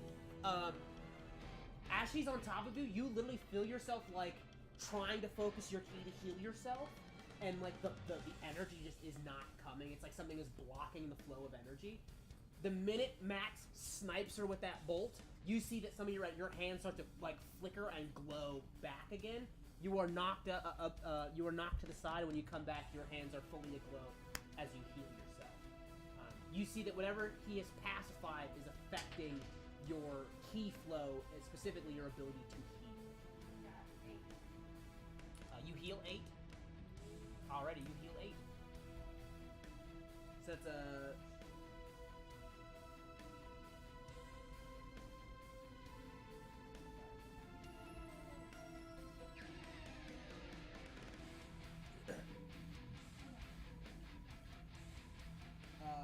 that's action, bonus, and move.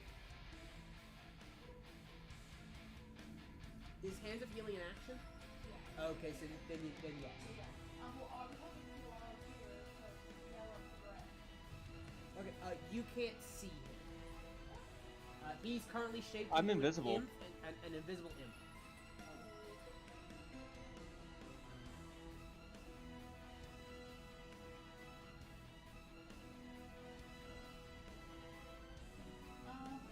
Okay. Yeah, so as far as you know, she's just chasing you as you are looking up the pillar at that giant chocolatey egg. Shoot. Okay. I was going to see if he could throw it down. Maybe, if he wants to give himself away.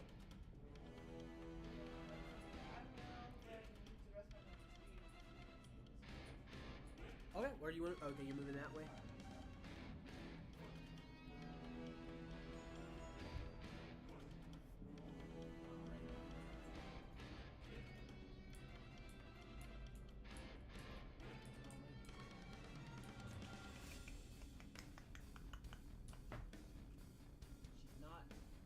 She's not attacked yet.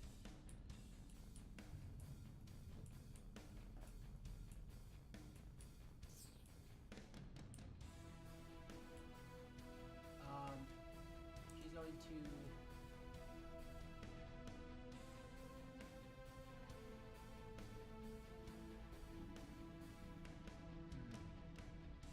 Okay. I gotta roll a d6. Oh, that's 6. She's going to action. She's going to summon another one of those, like, one of the dead, again, one of these dead Candians that's around.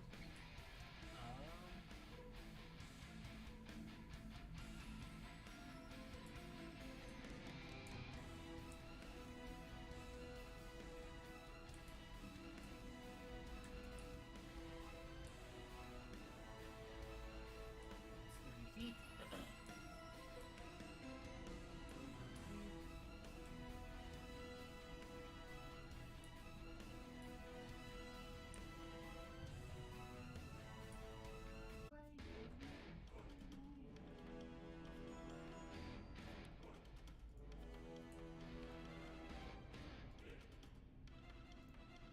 She's got like 9 or something.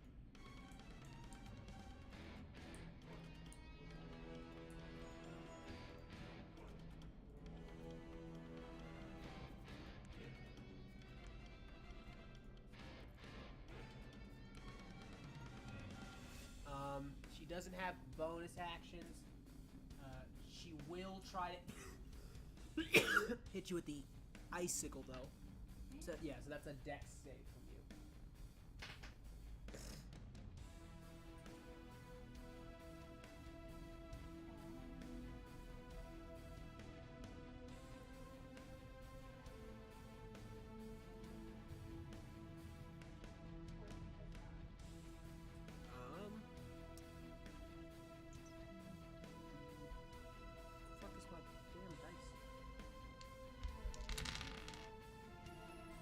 Oh my god. Okay. You're resistant to cold, right? Okay. So you fail. You fail. You do not fail more than 5, so it doesn't half your movement speed. The damage is 3. Halved is 2. So you take 2 damage. 2. 3d10s roll 3 ones. Damn. You can absolutely Hellish Rebuke. You have not used your action this turn. So she makes a dex save. Yeah, your reaction. Sorry. She makes a dex save. What's your DC? Is it higher than 13? It's not higher than 13? Okay, so she passes and takes half. It is 13. So she beat it. Or she meted or beat it. So it's 1d10? How much fire is it? 1d10 and then half. No, it's 2d10. Oh, 2d10 But half. half is 1d10. No. You roll 2d10, and then you have the number. Oh. Oh, yeah,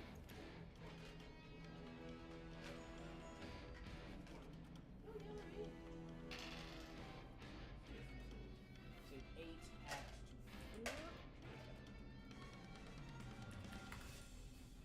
4. You hit her.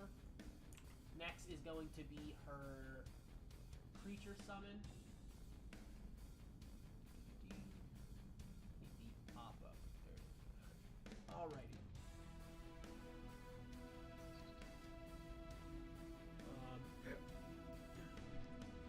You see that she summons what looks to be like, this old, like, Tootsie Roll noble, who's, like, got, like, some sort of, like, weird, like, crown on that's since melted into his head, and it's just, like, sideways now, and, like, one of the jewels is sticking out of his eyes. He's going to roll an attack. 15? Your AC? You see he reaches to touch you dodging out of his way as he is attempting to swing at you. He does not hit you. Cool. We move on to Frank. Is he here? Is he AFK still? He said he had to go. Oh, okay, cool. So Sang, you're up. Is there enough room for me to stand on this platform? Yeah, there's a room up there. Okay, because I couldn't get my thing on it. I doubt your actual mini can stand up there because it wasn't like I should have made like a pathway for you to stand on. But you can just sit chill right there. Say you're next to the egg. Can I look for weak points in the ice? The egg. Yeah. So either I would say give me a perception, give me insight. If you're looking at just the ice, I would say yeah, give me a perception or insight. 11. 11. What would that be as a survival check? Worse. Cool. Give me a second. What is survival? Is that? Survival's int, I think. Yeah, it'd be a 10. Either way, you see that it's frozen in there pretty tightly, but it's not so much like while you're at it, give me an Arcana check, please. What's that? Is that's con? No, Or wisdom? Arcana's definitely int. Like roll me an Arcana check real quick.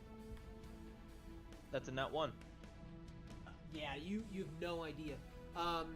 You actually like you are looking for little like imperfections in the ice. This is like weird looking ice. So you, like I said, you get the feeling that first off, this is like not naturally occurring ice. You put your hand on it. You put your hand on it to try to like find like almost like you're knocking for hollow spots. You are immediately hit with like a literal cold magical feedback. Natural 1, you automatically fail to save the concentration check. You are no longer invisible. That's fine. I was gonna attack this thing anyways, so it doesn't matter. Because I need to break it open. Fine, you fall out the sky and die. No. No, so you are fully visible. She hears the boom! Just this giant, like, pulse of energy. Snaps her head to the egg. She has spotted you. Do Do you have any other like actions, like any other action economy? Yeah, I'm gonna attack this thing. All right, give me an attack roll. 7. 7. It's an AC of 7, so you do hit it. Go ahead and roll. So go ahead and roll damage. It's not the AC that's hard. It's the hardness that's gonna be that's like before you even roll damage, your blade connects with it, and you chip it. You immediately are just like, oh, this is hard.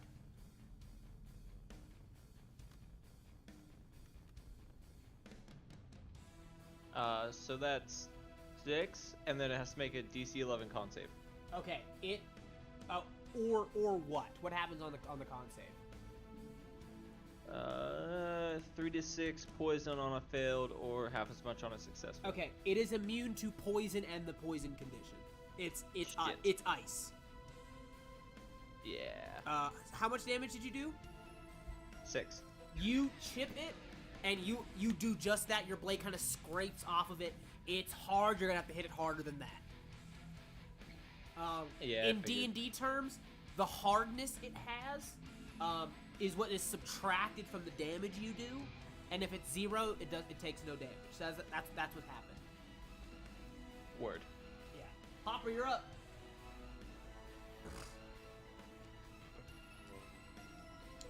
So I've shot what? 2 arrows so far? Yes, you have shot 2 bolts so far. Let's go again. So still disadvantage, correct? Yes. So let me see. Let's check the range. Let me check the range. So you're not doing anything crazy, right? You are within your first range increment, so you're no longer shooting at disadvantage.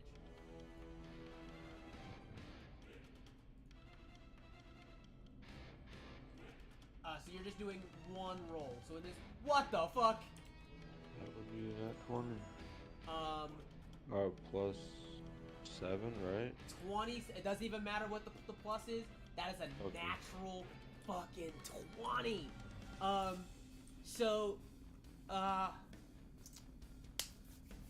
I'm gonna have you roll a.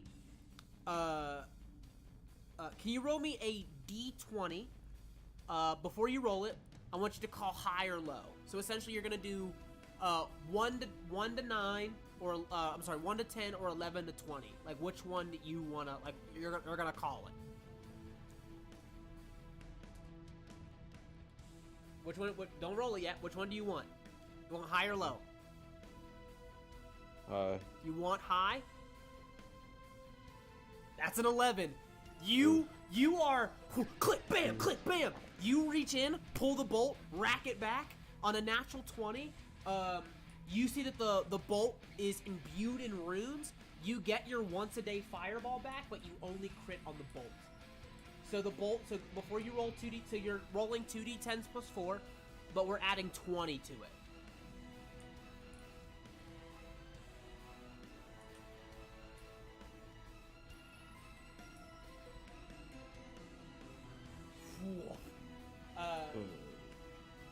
So 15 plus 20, 35. Oh man.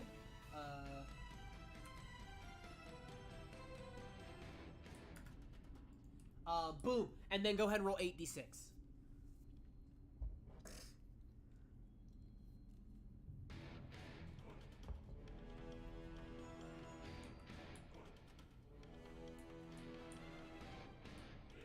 Woo!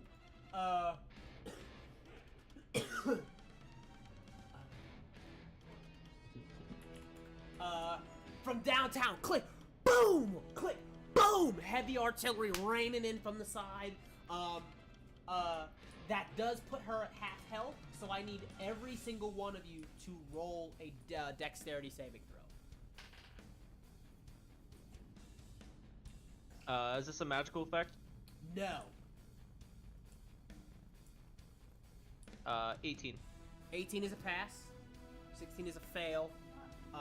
11. 11 is a fail. Okay. Brett, you are taking 16 half to 8 cold damage. Hold on. Have that again. 4. I'm resistant to cold. So you take 4 damage. Can you make me a acrobatics or athletics check, your choice? Me? Yes. Which one's Dex? Acrobatics. 15. 15? All good. You see it smack! Icicle fall, drops from the sky, smacks you. You manage to stay afloat in your flight. Even if you're, I landed on the thing. You're right. It hits you and it doesn't, like, it hits you, you feel the floor kind of start to crumble beneath you. You don't fall off, essentially.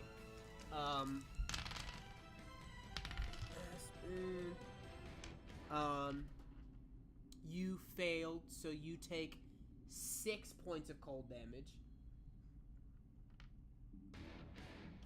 Halved to 3.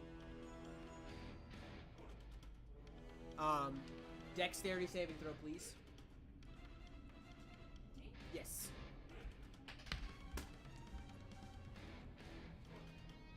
Sorry. Oh, sorry. Acrobatics or athletics, your choice. Sorry. Okay. Ooh, I just forgot about something. Brett, do you have a level of exhaustion? I do not. Okay, you're good. Do you have a level of exhaustion? That's roll with disadvantage.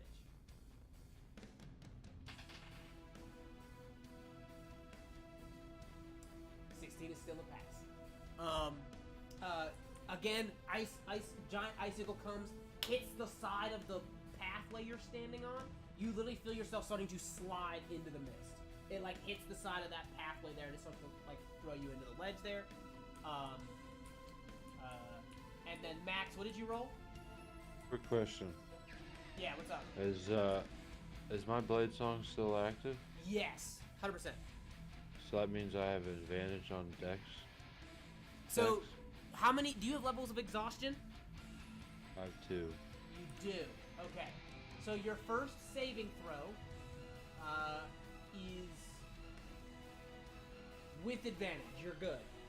You have 2 levels, right?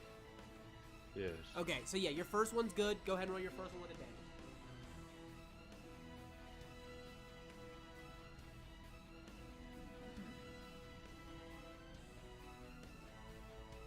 Alright, what am I rolling here? I'm sorry. Dex save. To see if I get hit with this. So it's an ability that you get hit with regardless. It's a matter if you're taking half damage or full damage. Okay. So 15. You got a 15? Yeah. Is that? Did you add the stuff to it already, or did you just get a 15? That's what it is. I added the +3. Okay. Okay. Yeah. 15 is a fail. That is ooh. I'm sorry for this. Ooh. Yeah. You take 19 points of cold damage. And I'm resistance. Are you resisted? No. You said cold. Yeah, it's I cold was damage. really hoping that was poison. It is certainly not poison. Giant icicle is Okay. not poison. Yeah, Poisonous to yeah. your kidneys, maybe. But so you take 19 cold damage, and then I need an athletics or acrobatics check. Choice is yours.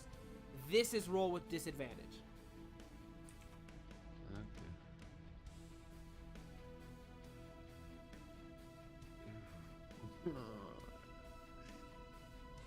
I need to do something. Alright, you said acrobatics or what? Or athletics. You get to pick.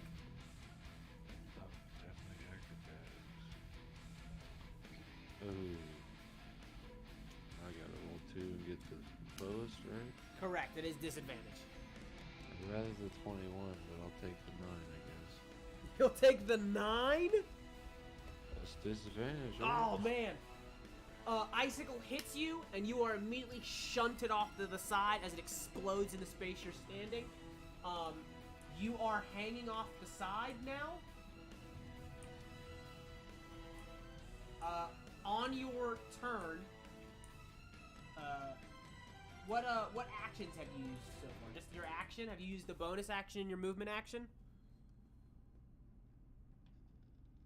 If you use just the shoot to shoot, I haven't Okay, so moved you or only use your nothing. action.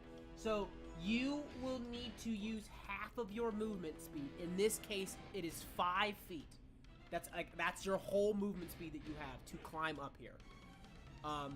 You can Even attempt with my you plus- can attempt an athletics check. This is roll with disadvantage. To pull yourself up, and it costs you no movement speed. Otherwise, it costs you 5 feet to get up, and since your movement speed is like half to climb and already halved, you only have 5 feet, and you'd be moving 1 square.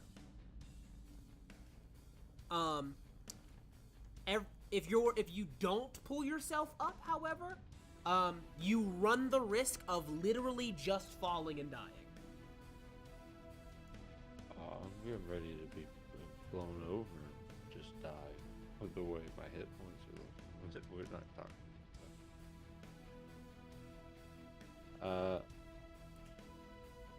Oh, so it's still my turn, correct? Correct. Yeah, I guess climb up. Okay. Do you Climb want to up. roll for the check so that you have 15 feet of movement, or would you just want to No, have the 5?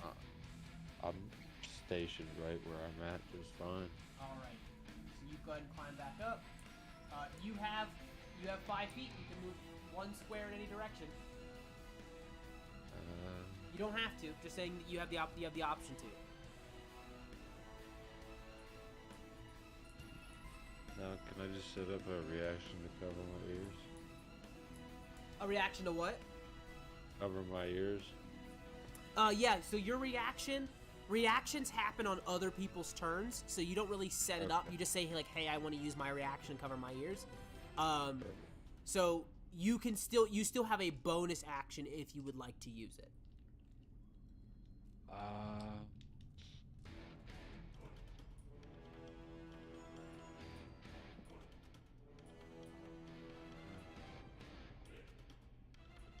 I'm gonna have to I'm gonna have to just sit where I'm at right now. Okay, sounds good. Chorus, it is your turn. Yeah, he is fully visible now.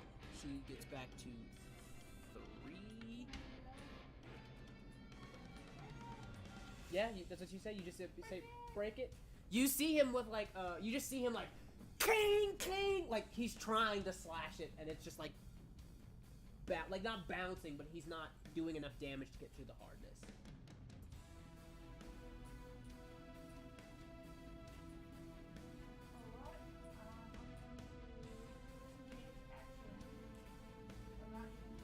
Okay, so disengage is an action.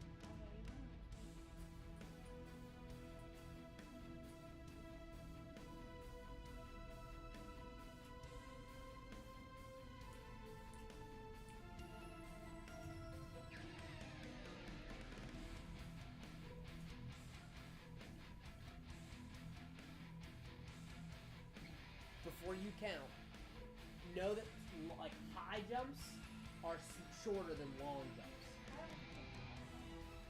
Oh shit! I totally forgot. Oh man, I don't have to jump. I have a climb speed.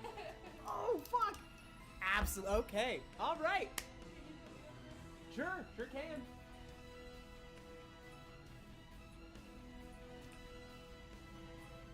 Where is your 30 feet?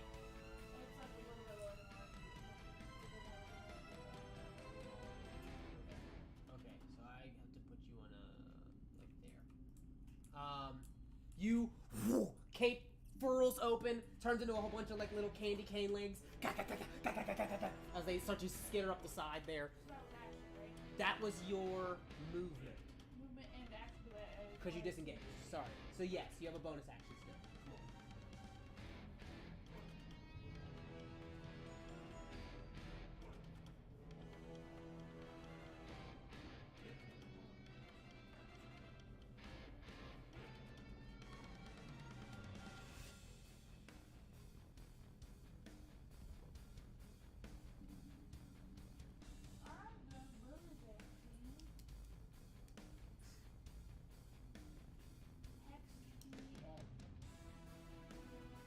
Okay. Is it just marked for now, or does it have to make a save? You place a curse on a creature. So it's not a creature. At least, what you're targeting isn't the creature.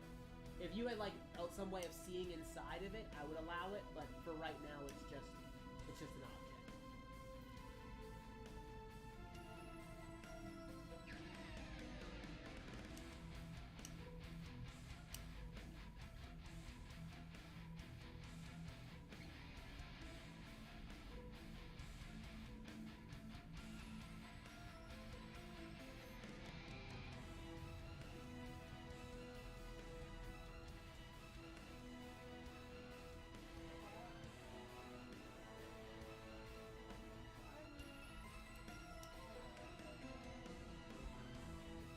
Alrighty. At the end of your turn, before she takes hers, she's going to legendary action and shoot Max with her death ray. Because she's tired of getting shot with these damn crossbows. Oh, no, no, Plus 10 to hit. Fail. That is a 16. Ooh, that's not fail. The 16 hit or miss? Hit to what? Your AC. Does it hit your AC? Remember, you are still blade dancing. So what you said, so your intelligence modifier is 3. Ooh. So 16. 16 Your AC is 16? with the plus 3. So your AC is 13, and then you get plus 3 from blade singing. That's what you're saying? Yes. So you're gonna hate this, but she still hits you. No. Your AC is just a DC. She has to hit her break, and she hit it. 4.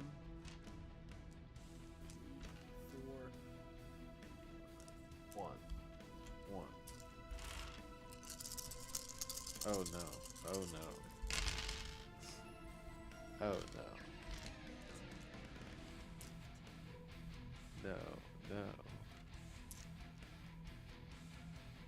You take 30 points of damage. Yeah, cool. You take Cool, 30 bud. points of necrotic damage as she says, you hit her with that arrow again. You see that I've had enough! BAM! Blasts you for 30 necrotic damage. Okay. So what do I do from this point on? Because I have nothing. You're down? Yeah, I had 9. I had 9. So, you're unconscious. You are hit. You are unconscious on your turn. You make death saving throws. We will get And there. that's with a D20. Yes. Okay. Bam. She does that. Then it is her turn. She's going to use her action to cast Cone of Cold. Should I cast Cone of Cold?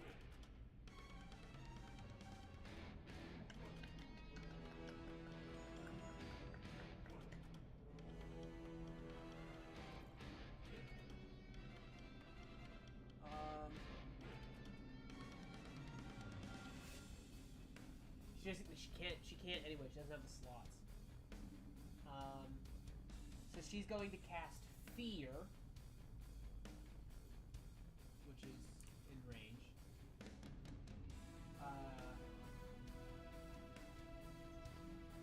So the two of you up on the spire need to make a Wisdom saving throw. Ooh, I don't like those. That's a nat 1. So oof. So Korish and Sang need to make a Wisdom saving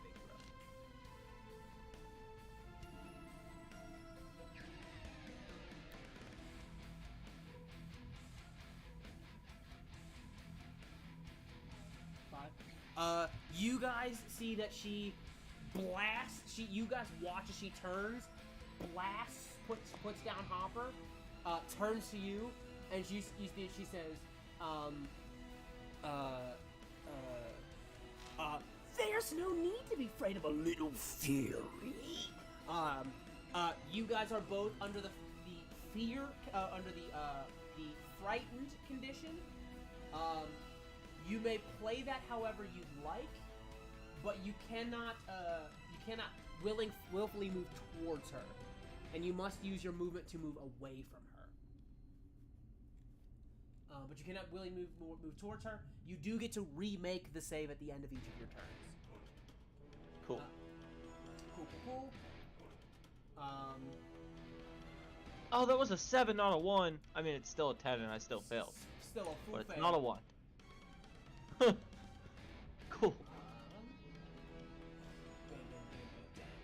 he have a fly speed? He can fly speed.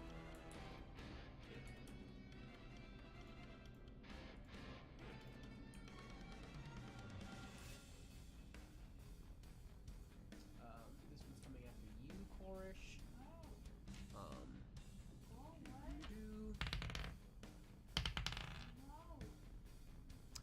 Not great. 15. I think 16 was the hit, right? So yeah, 15 misses. You watch as he puts down Hopper. You guys watch him just like boom hits the ground. And then you look down and you're just as it is climbing up the side of it, trying to swipe at you from below. Saying it is your turn. Oh, I need this thing. Can I wild shape? I think I can wild shape back as an action, right? You still have your full turn. Frighten just means you can't move towards the person that put the ailment on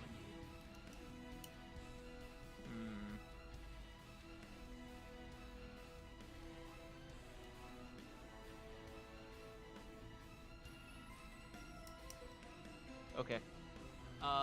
So yeah, I'm gonna attack this thing again. All right.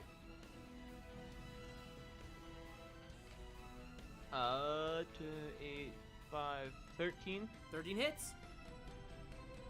D4 plus 3.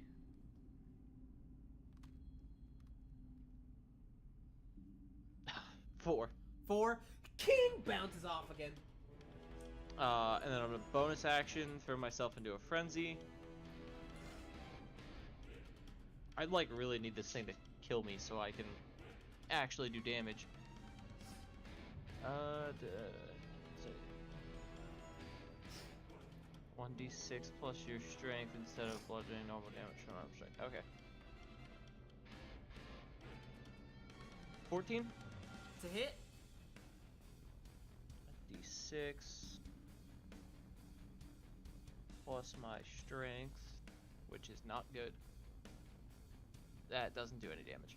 Nope, same thing bounces off, and if it's gonna keep bouncing off, you keep rolling ones. And then move. I'm gonna move behind this thing. Okay. Let me see if I might be able to add some ledges to there.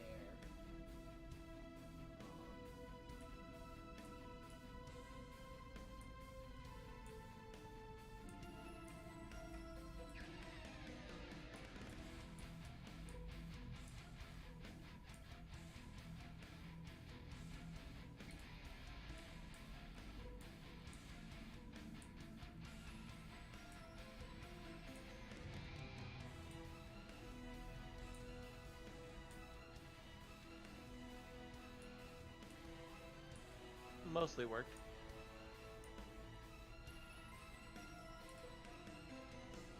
And then gotta pretty it up a little bit.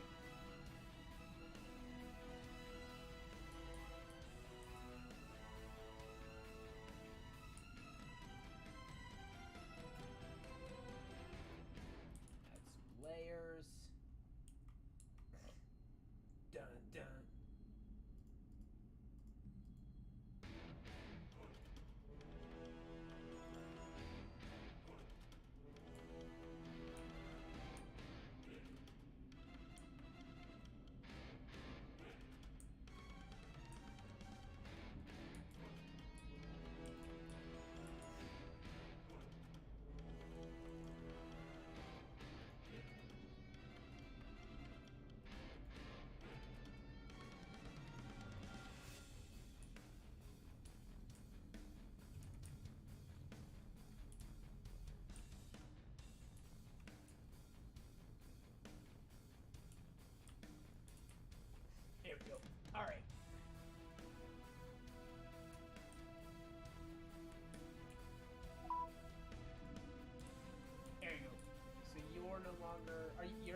are still flying.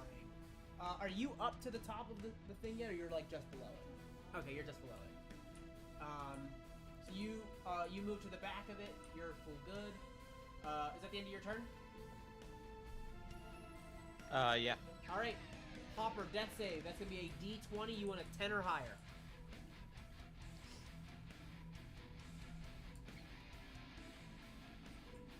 So that is 1 failure. 3 failures, and you are fully dead unless somebody can heal you. Cool. You do that.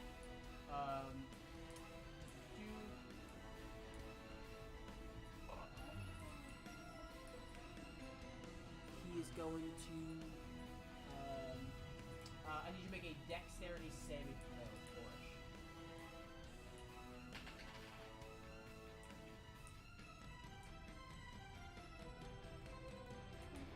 Jesus Christ!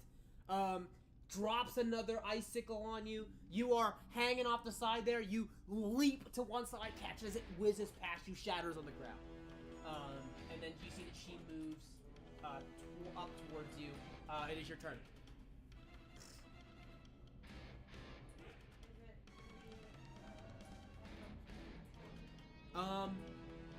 No. You're still within range of the zombie thing that she saw.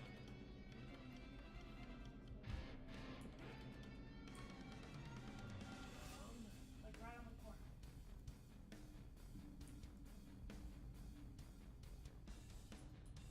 You're just gonna be right there. It's fine.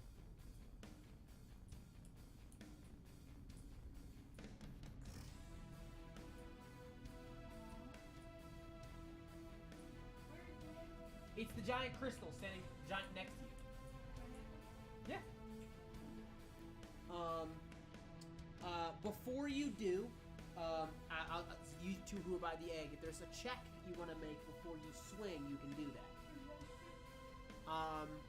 What are you trying to? Sure, make an insight check. Not 20. You lift your blade aloft to swing at the ice, and then again you flash back to that conversation with Spiria, where she says, do you remember what she says? Within the deepest cold lies the warmth that changes the tide of battle. You're looking at a frozen egg. It's not blades that will release the egg.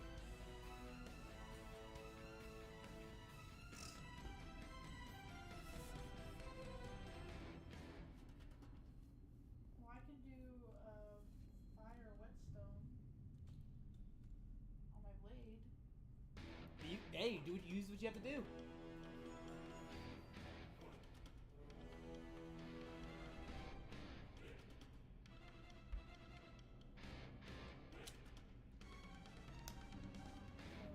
Do you say anything before you do it though? I don't know. I'm just going through the motions. Do you say anything, or do you just go for it? Do you just try something?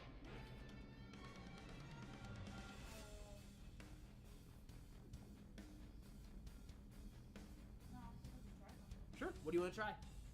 Fire.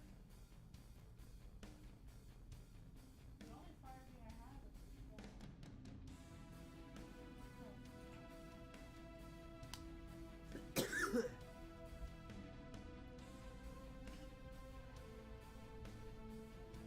Shit, I would use on gumballs. The fire one. Because it's not. Because this is why it's important. We read our character sheets. You, for a minute, you stop. You're like, that's it. And that's the other thing. The thing that's hitting your nose is a smell, kind of like that weird sulfur smell when you smell like a fire. In this world, that smell is cinnamon. You're smelling nothing but cinnamon when you're this close. So even though this thing is frozen in ice and it is incredibly cold, and even touching it is like frostbite, that heat, that underlying warmth is still creeping through the ice. You're smelling fire, and this ice is dampening that heat. You reach into your bag, scramble around, pull out the red gumball, throw it in your mouth, give it a chew. That's an object interaction. Oh, it's orange? My bad. Pop it in. That's a object interaction, so you absolutely have your action. And my bonus, right? Yeah, no, like what I'm saying is that an object interaction you can just do, so you still have like your whole turn. Right. Does anything happen? Does the egg melt? You feel a warmth in your stomach.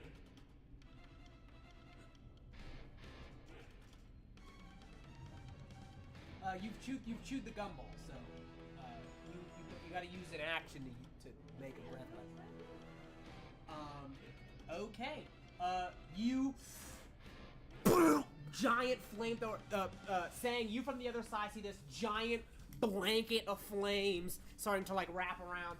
It doesn't do damage to you, but you see that the flames themselves are being absorbed into the ice. Just wreaths of flames that are absorbed into the thing. And you see that the ice begins to melt rapidly, very, very quickly starts to melt.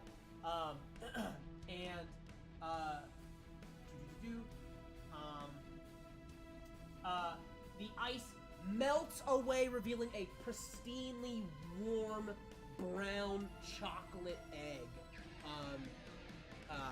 I will say this, and you will have to go from there. The next thing you do involving the egg is very crucial. So, checks and stuff are important, but also, like, so what you do from here is very important.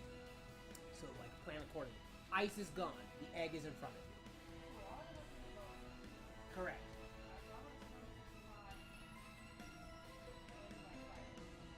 Okay. The egg is released from its icy prison. You using that, you feel like weird, like warmth of hope that is not just like the gumball in your stomach. It is not this like it's almost like this cinnamony smell is like a reassurance of progress. The frightened condition is over for you, and is that the end of your turn?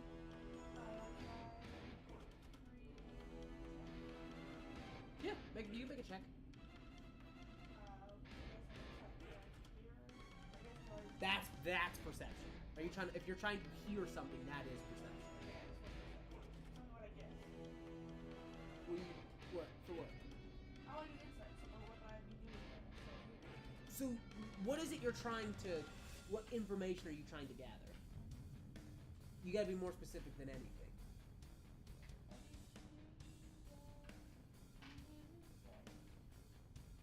I don't know what insight pertains to. Insight is like motive. It's like it's like looking at things tactically as opposed to looking at things like physically with your eyes. Like how a pulley system might work and stuff like that. So insight, if you want to roll insight, honestly, insight doesn't really help you here. But nature, survival, arcana, those might help you.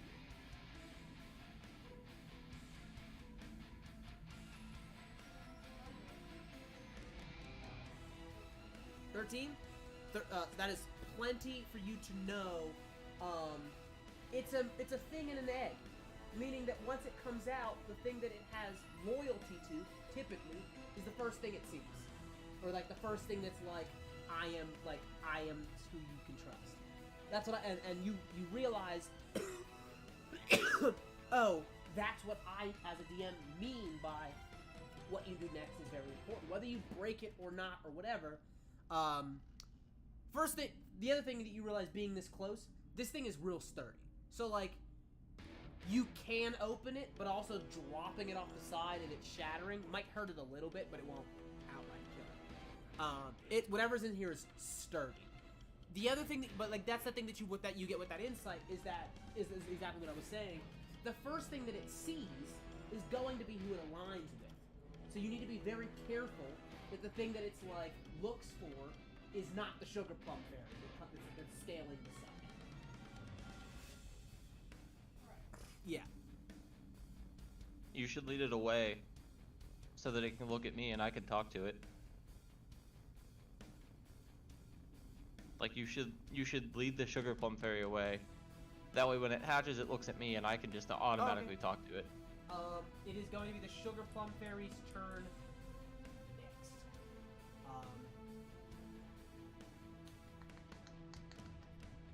I need you to make an opposed athletics check. Yes.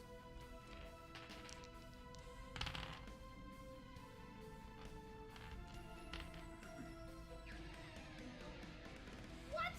What did you say? Holy shit! Just so we're clear, I rolled a natural 18. Okay? That's a +4 to strength. She got so with a natural 18, she got a 22. What the fuck?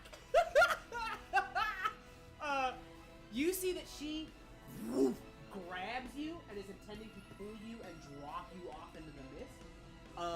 The minute she grabs you, you do this weird thing where you like reach back, grab onto one of the pillars.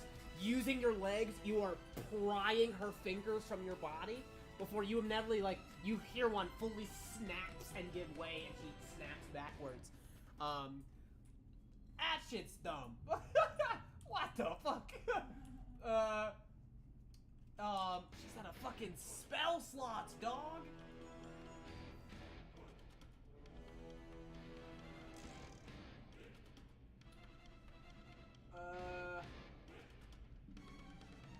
That's her action. What are we doing as a bonus action? Got any bonus actions? You can't legendary action until the next turn. So that's what we'll do. Next turn happens. She's going to use her legendary action to use her wail. Use her deathly wail. So everybody needs to make con saves. I'm covering my ears. Unless your reaction, cover your ears. You guys' reaction, cover your ears. As you do that, this creature manages to get its way to the top. He's going to make a strike at you. That is a hit.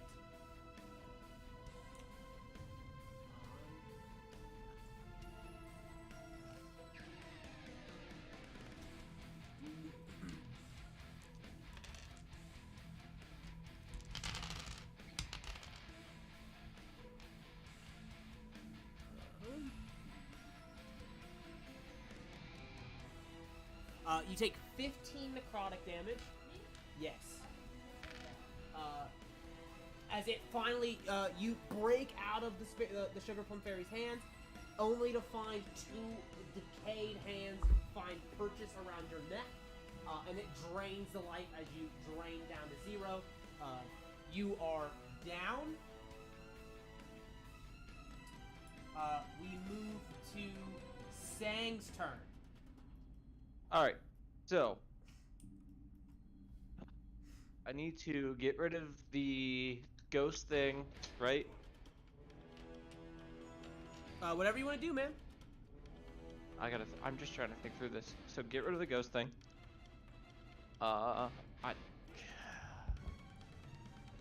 Because I need my full. What is this? Dispel magic? Is that? It's an action.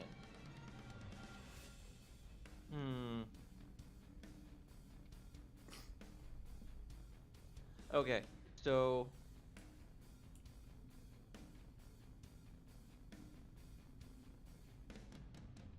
wild shaping back.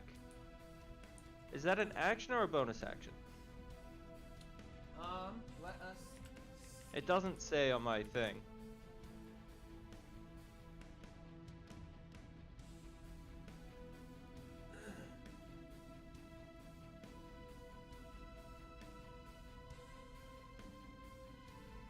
Because that'll pretty much determine how this turn goes. You can revert to your normal form earlier by using a bonus action. Cool. So I'm gonna bonus action, revert to my normal form.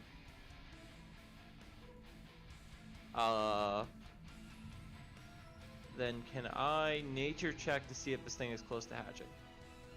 Yeah, go ahead and roll a nature check.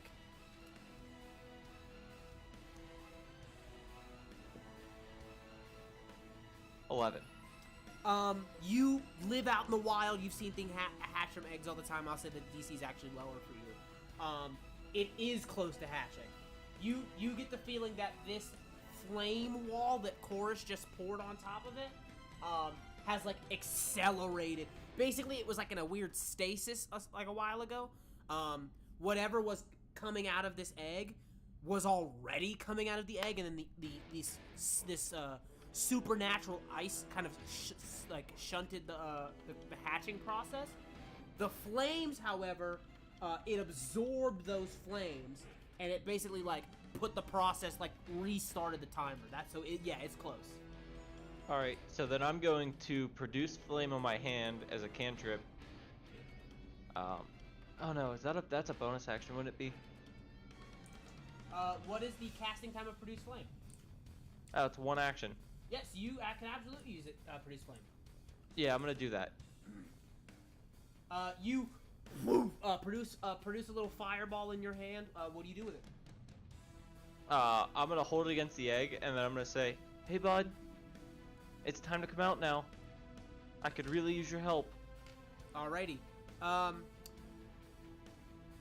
Can you give me a persuasion check, please? Do you have anything in your normal form that allows you to speak with, like, commune with animals? It's my second level class feature.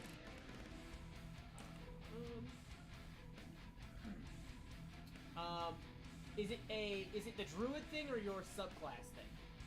I think it's a druid thing. I know I read it on here already. It's like starting at second level. Where is it? Speech of the Woods. At second level, you gain the ability to converse with beasts and many fae. Okay. For the purpose of this,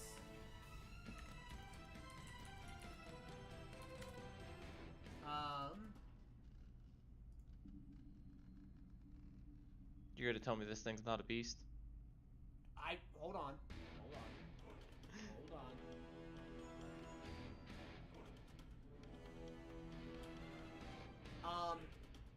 I will say you speak to the egg. It is absorbing the flames. It does not respond normally, meaning whatever is inside is not a beast. However, you can still roll a perception check because this thing is something that is found in nature, so I will let you roll it with advantage. 21. 21. You speak, it does not speak back, at least not typically. You instead hear a very low growling sound from inside. And you see that there's two spots on the egg that start to heat up from the fire that it is, like two very close, maybe like 3-ish inches apart from each other, that start to like heat up in a circle from the bottom of the egg, and that start to heat up from the fire that it's absorbing. Unfortunately, you can't speak to it, but you think that on a 21, it has shifted in the egg to crack towards the back, not towards the front. Nice. So that's my bonus action. I'm not gonna move. Okay. Boom. We shift that to 1. The Sugar Plum Fairy is going to use her legendary action to move to you. Hopper, death save.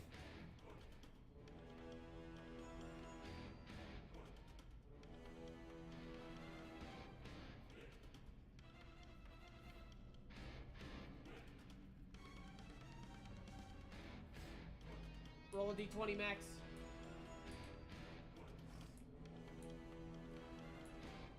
He probably fell asleep. All good. course, you're unconscious. I need a death save.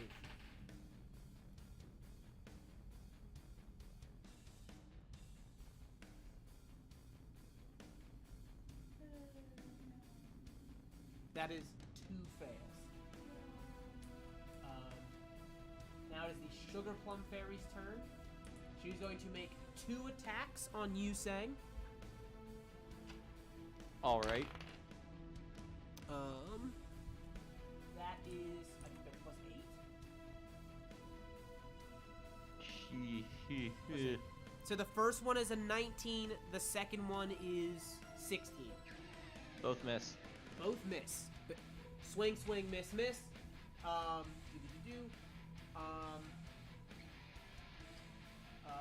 That is her turn. He's attempting to coup de grace.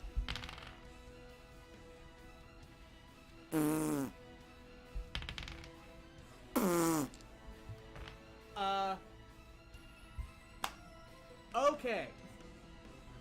This is about to get nuts.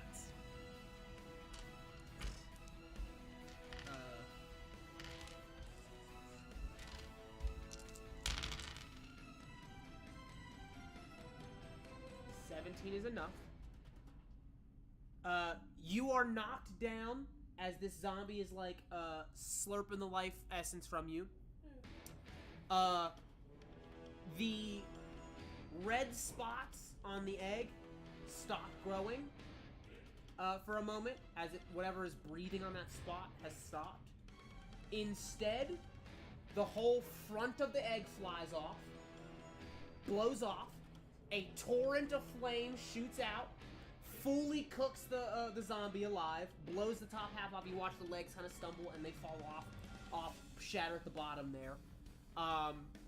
And you see that crawling out is the 3-fingered feet of like reptilian claws that are crawling out from the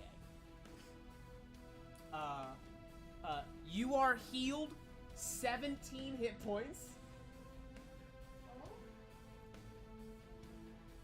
As you stand up, the haunted zombie is dead, and that's what we get for rolling 3 natural ones in a row. Oh my god, 3 natural ones in a row. Like, I rolled to coup de grace you, which is, you roll at advantage, they were both ones. I said, ha, like, no way. Rolled a third d20, also a natural one. So I was like, this guy is fucking dead. Insane. Saying it is your turn. At the start of your turn, she's going to legendary action. She is going to attack you again. This time she is going to use her Death Ray. Because her claws aren't doing it. 22. That hits. Okay. 5d8s. 4,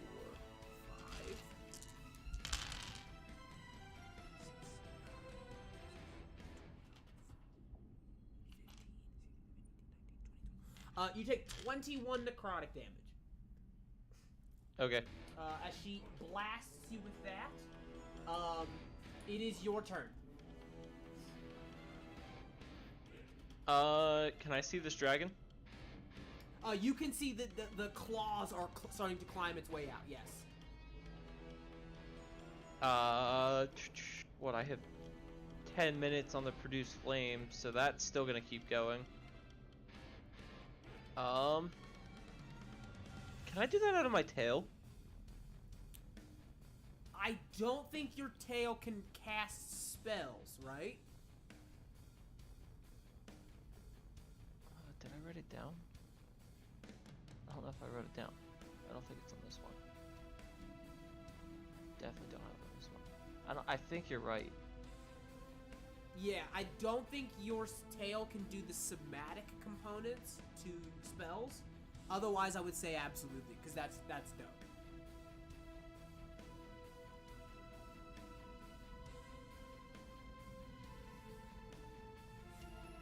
Lift, drop, hold, push, or pull an object creature. Open, close a door or container, make an unarmed strike, grapple someone. Your tail cannot wield weapons, shields, or anything else that requires manual precision, like activating magical items or performing somatic components. So yeah. Yeah, there you go. Honestly, if it didn't say the line specifically, like, you can't do somatic components, I would have allowed it.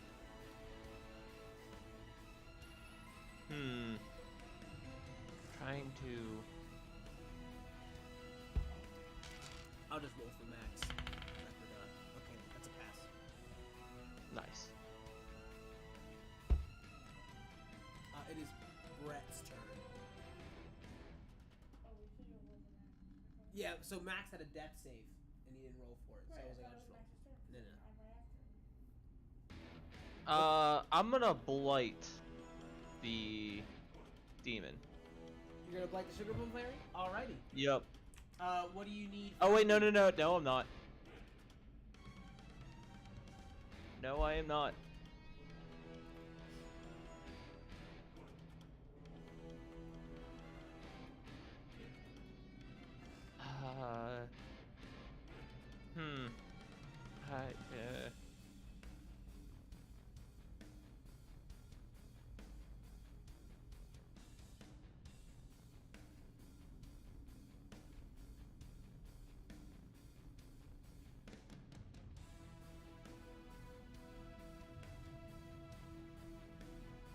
So, free action.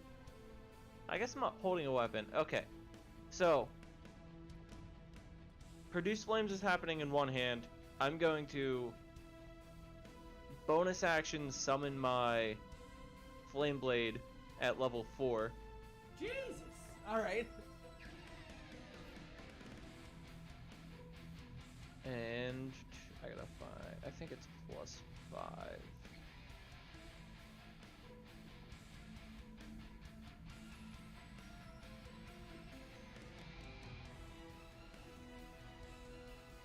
Yeah, it's a +5.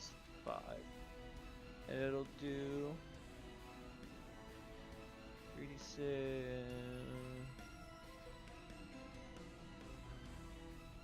So to do 5d6 on a hit. So it's what? Proficiency plus dex plus a if the d20, weapon, yeah. right? It's a scimitar, so it's finesse. So d20 plus 4 plus 2. 7, so, oh, yeah, d20 plus 6. That's a 10. 10 does not hit. Yeah. You start to swing at her. She is definitely evading back and forth, dodging your blows.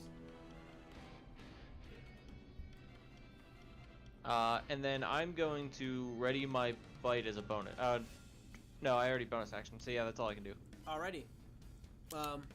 Wait. I can talk to it. Alright, bud, you're almost there. We got this. Give me a perception check. Or perception. Give me a persuasion. I don't like those. 8. 8. Alrighty. You're having a hard time. Your voice is trembling as the Sugar Plum Fairy is in Yas.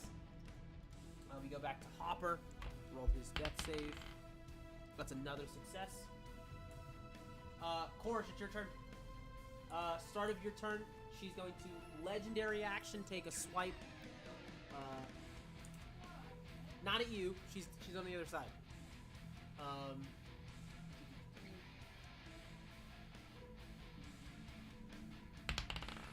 Plus 8, 19.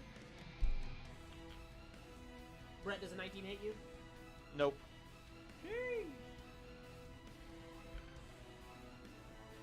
So she misses. Chorus, it's your turn. My AC is 20 now. It's not out yet. Nope. Korish, I need this thing off my ass. Huh? How's the egg look? The whole front of it is gone. It's just it's a pretty deep egg. Like, so the front of it is blown off and it's starting to reach its way out. There's nothing saying you can't just like go to the front of it and like get it, you know. You climb up to the front there. You look down, and you see that climbing its way up is a baby red dragon.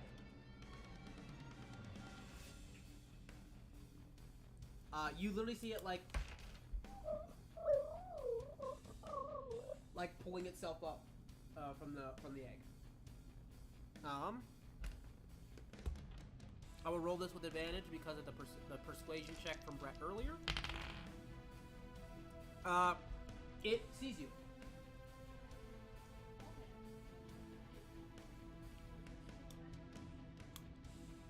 What language do you think this dragon would speak?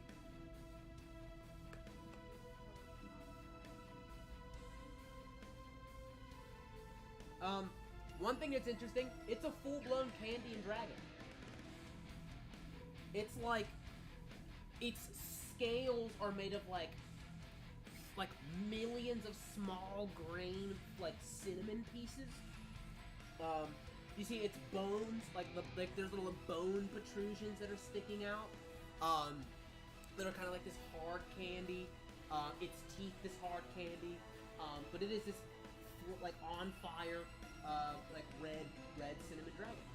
It seems to have seen you. It looks at you for a second, for like in confusion, but it continues to like stumble its way towards you.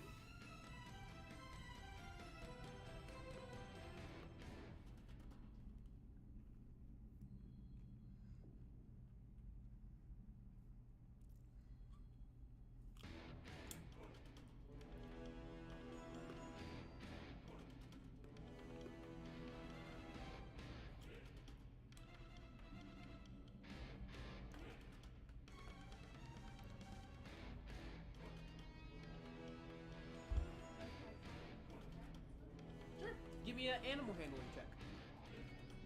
This is with advantage.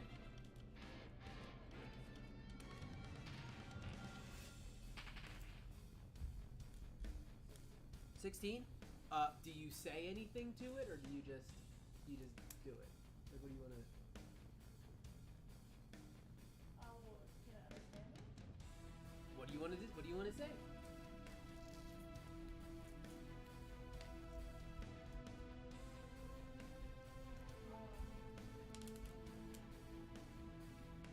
I can only imagine a big scary thing trapped in the air.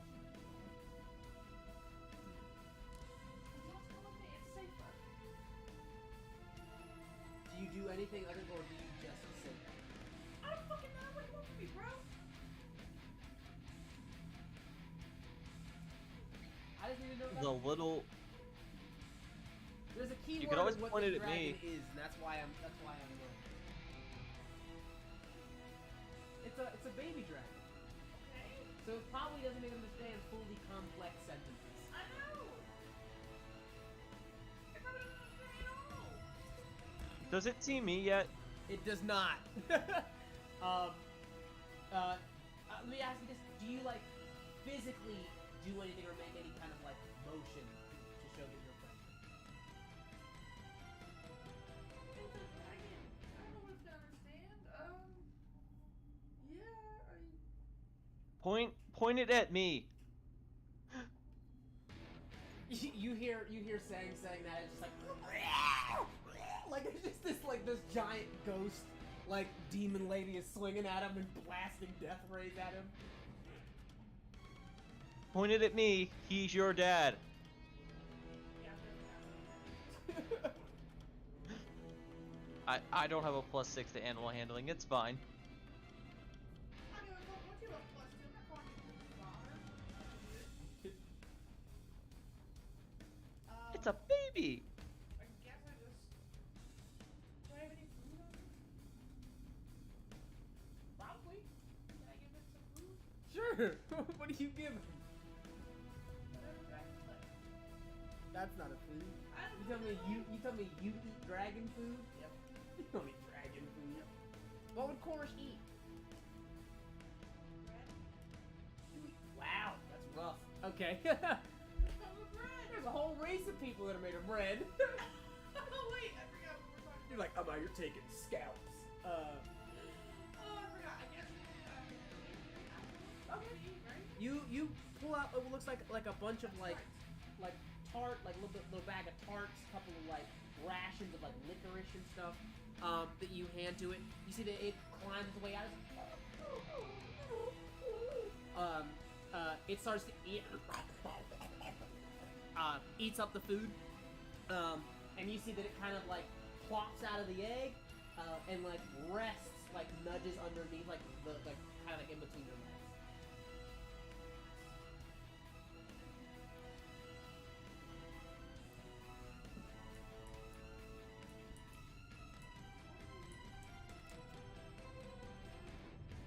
I would say you haven't really used anything.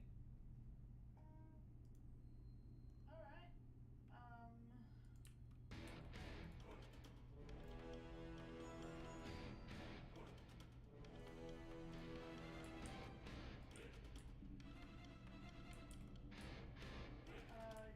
Can I...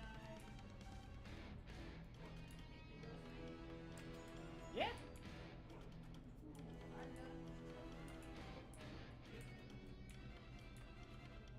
What the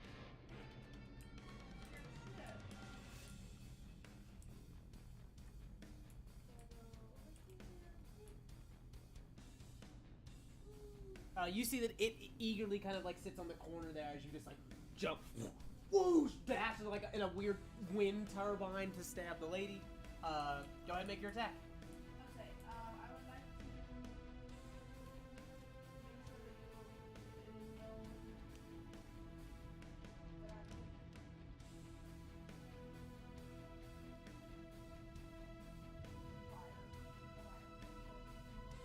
fire. Okay. You have key fueled strikes now, right? That is something that you have. Yeah. Okay. You get the feeling that what you're fighting is not a run-of-the-mill creature you've faced at all up until this point. You're wearing a boots right now that give you, like, more survivability in the cold. This thing isn't subjected to, like, oh, my environment is a little bit cold or a little bit warm. It probably doesn't care about that in general. And what I mean in D&D terms is it probably doesn't have resistances. It probably has, like, immunities. So, fire's not going to do much, but the fact that your attacks are key-fueled, meaning they go overcome damage, resistance, and immunities, will. So it doesn't matter. Yeah, it won't, like, unless you want the extra damage, that's fine. But it's not going to go through. Because the extra damage isn't counted for key-fueled strikes.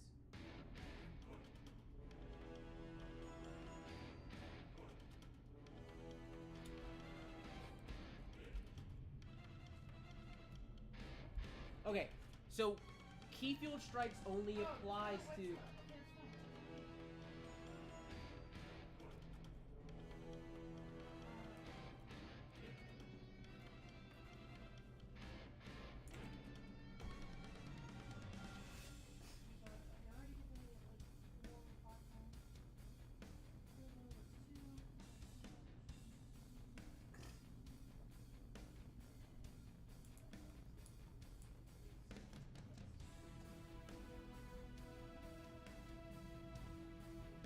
Attack, extra attack, and then flurry of blows to the attack.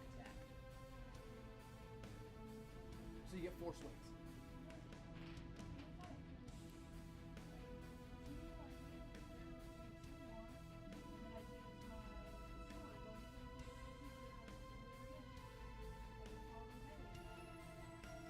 Yeah, that applies for your attack action.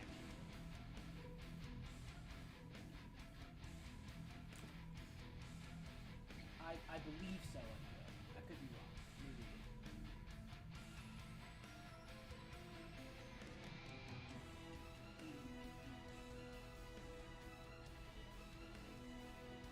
Okay. Yeah, because it would use your action anyway. The dash is an action.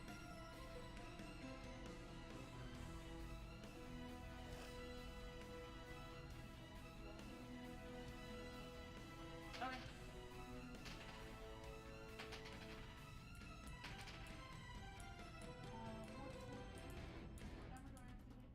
you roll? Never do I can hit. What'd you roll? I don't remember all of them. I just know what they're all the same number. You rolled 4 of the same number?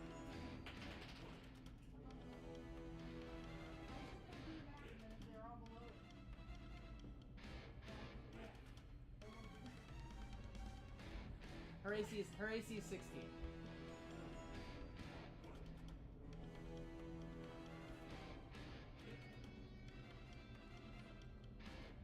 So it's +1 plus your dex plus your proficiency bonus.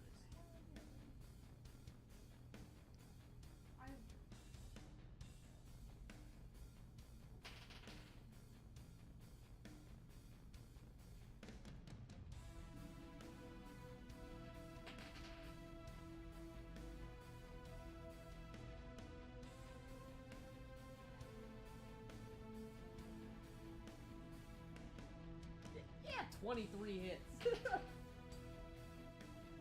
24 hits. Nope, 2 hits.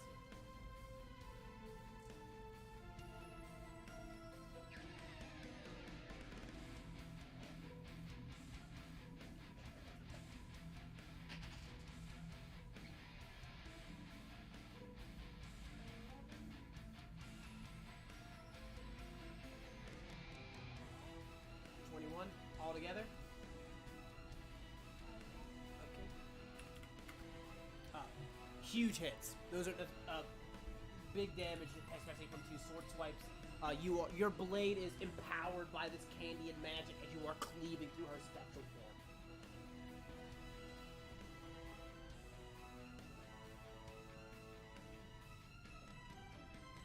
Alrighty. At the end of your turn, she is going to legendary action. She's going to have you do the dex save. You're going to do the layer action. Flourish. Dexterity saving throw. And then she's going to legendary action on you, Sang, by using her death ray. +10. 26. Yup.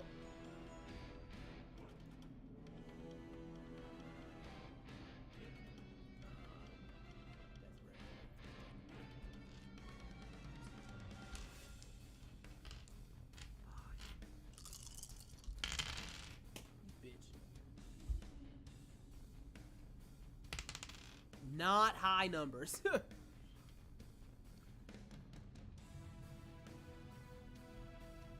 How bad?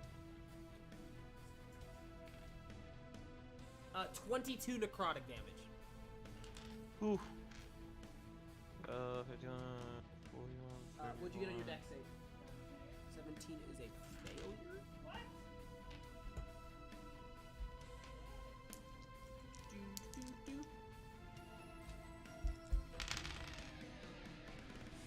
Not high numbers. 6, 9, 10, 11. 11 have 2, 6. You take 6 cold damage.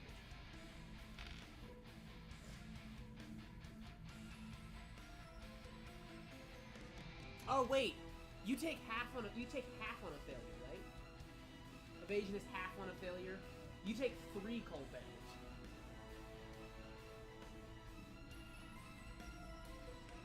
Why? Okay, she does that. Her turn, she's going to, I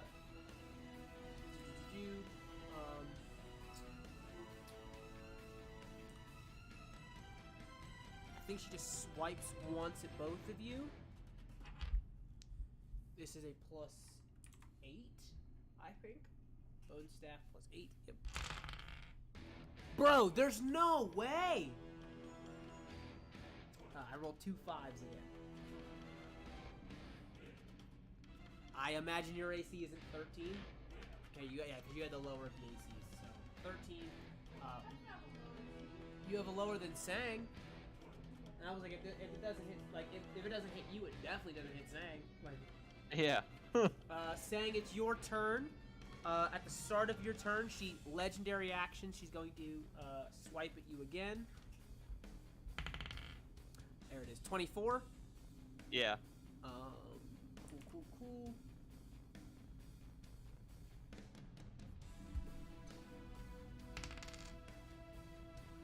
You take 11 bludgeoning damage, followed by... I go down. Sang is knocked down. This was the end of... This is the start of your turn, so you do get to roll a death save, like right out the rip. 18. 18 is a success. Rolling for Hopper. That is 3 successes. Hopper is up.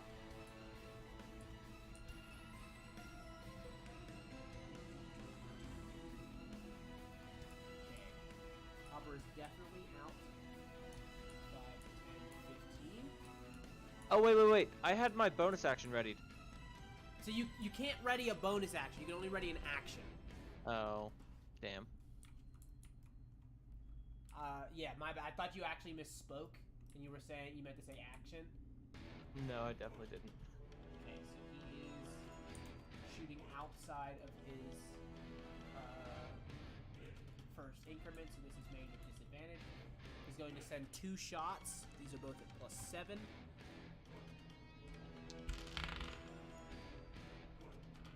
First one's a miss. Second one, +7 is a hit. So these are +4.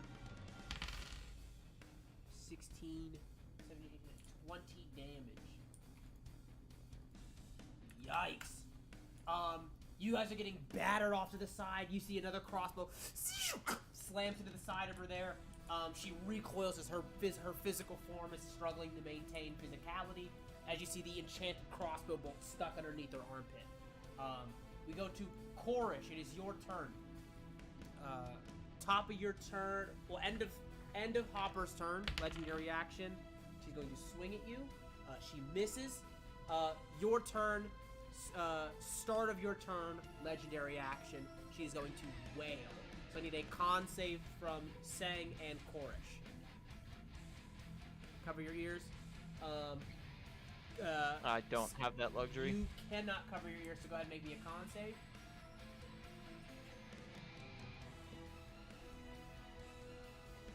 Uh, 24. 24 is a success. You do not suffer a level of exhaustion.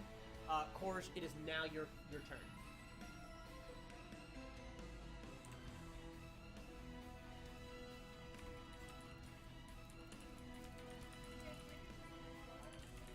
Yeah.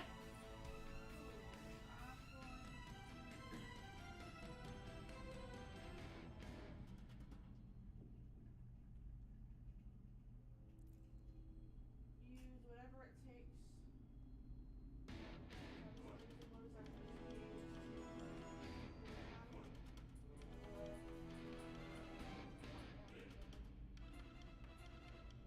Walk down the building?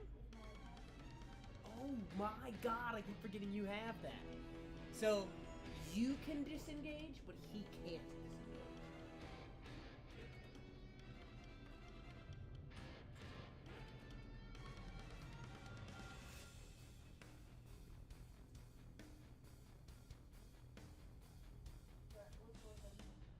So, while you won't take an attack of opportunity if you start going down the building, he will. And should she hit him, it's 2 death saves.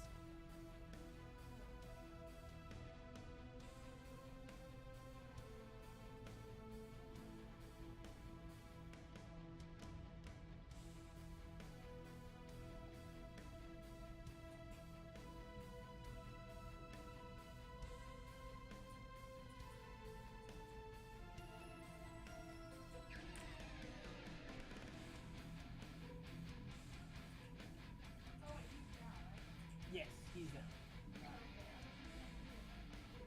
Okay. How much does he heal?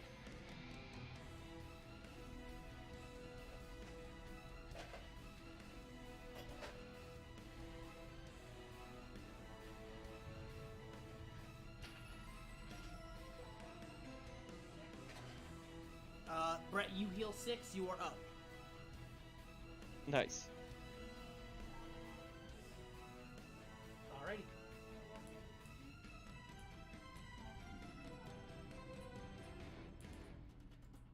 Are you walking on the back wall, or are you trying to go? Where are you trying to go? I just want to go back to the front if I can.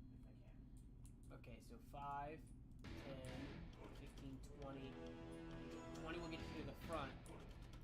You could just drop down. You have slow fall. I don't have a reaction. Oh, it's a reaction? Okay, I didn't know that. So it's 15 feet, 5, 10, 15 feet to get to the front. So you wouldn't make it the whole way down. Unless you want to, is that something you still want to do? So heading down? Yeah, and I bonus action disengage, so I will action dash and go the rest of the way down. Okay, I think I put you in the spire. When on my way down, I'm just going to look at the dragon boys who say, no, follow me.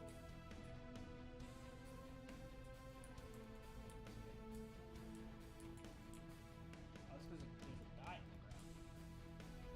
So 15, 35, so 20, 25.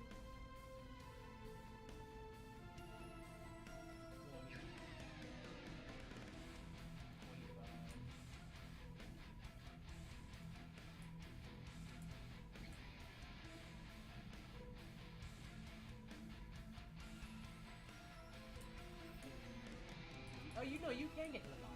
You can get all the way up. Now you can Yeah, down. yeah. Cool.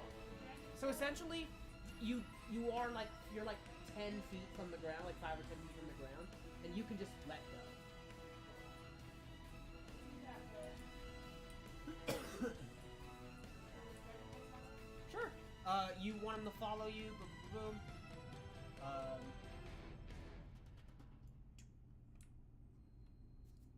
It comes down to the bottom with you.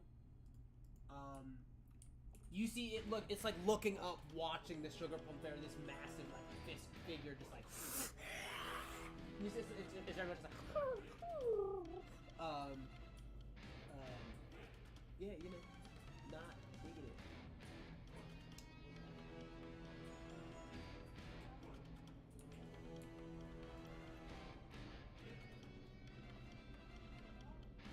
Okay. End of your turn. Sugar Plum Fairy is going to legendary action start to follow you. You have released the dragon.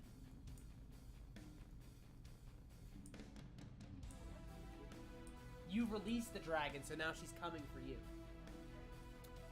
That's her legendary action. On her turn, she is going to. She can't reach you, so she's going to try to shoot you with the death ray. It's a natural 2, even with a +10, that's a 12. That's her action. She's got no bonus actions.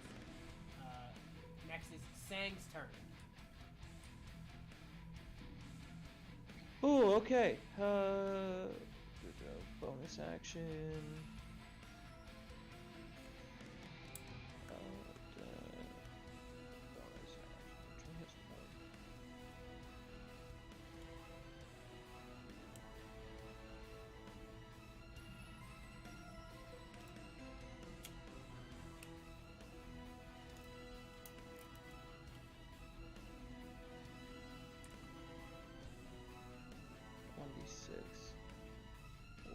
What's my cast? I think it's wisdom. I think my cast is my casting's wisdom, right? You're a druid, yes. Cool. So bonus action, I'm gonna cast my healing word, which is heal. We're gonna do a D4 +2.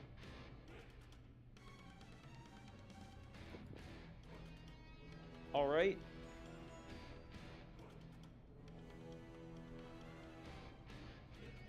And then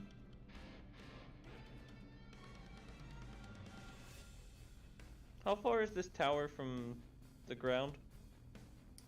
In which way? Are you trying to just jump straight to the ground, or what are you looking to do? Yeah. The tower itself is 30 feet up.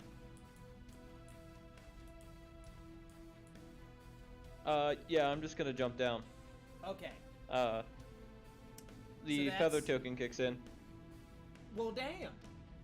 So you're consuming the feather token? I am consuming the feather token. Alright, as you jump to the outside, that's out of bounds. Yeah, I know. Where are you going? Not there.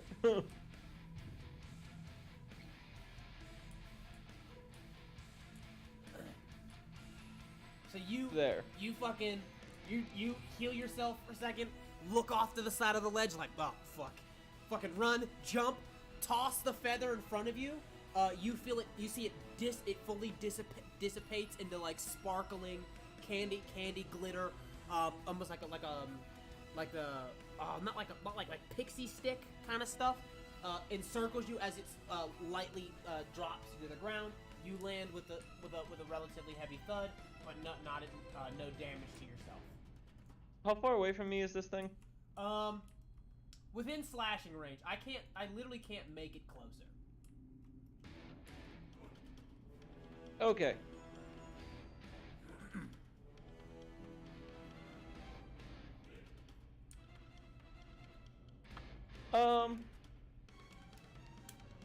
What do I want to? I know what I want to cast. I am going to cast Wrath of Nature right underneath of it. Oh fuck. Okay. It is a 60-foot cube, so it's gonna hit all of us.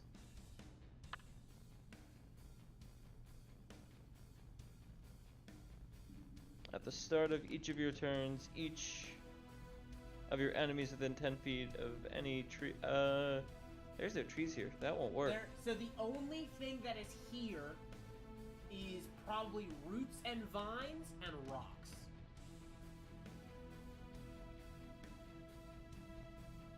Oh, well then, yeah, that will still work. Oh no, it's not. That won't work because it's not on the ground. Yeah, that's the pit. Directly underneath it is the pit. Yeah.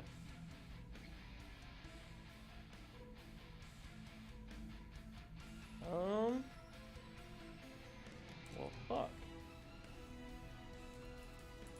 Alright, then I'm gonna conjure animals and it's gonna be 2 giant vultures. Okie dokie.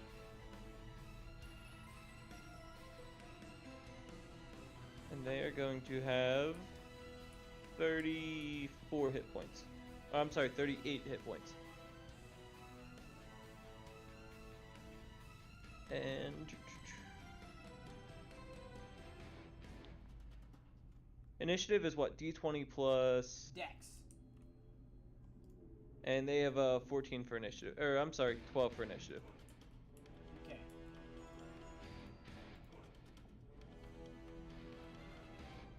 Jesus.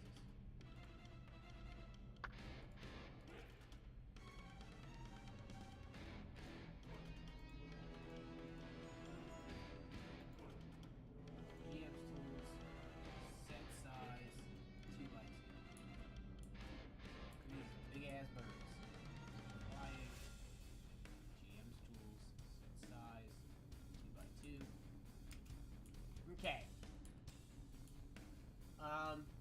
Do you roll initiative for them, or do they just go on your turn? I roll initiative for them. 14. Or I'm sorry, 12. 12 is what was your initiative? Mine was 11. So they go literally right before you. Damn it. So yeah, they actually lose a turn.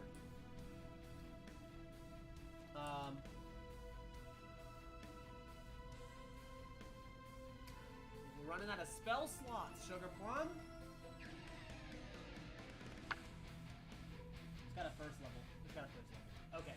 It's got a first level. Alright. It is going to use... I think it's only 5 feet, isn't it?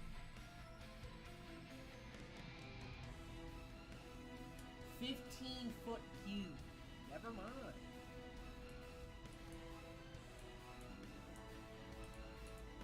Is that everybody?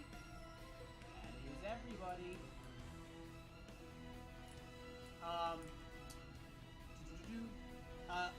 all of you need to make a con save. Ooh, I like those.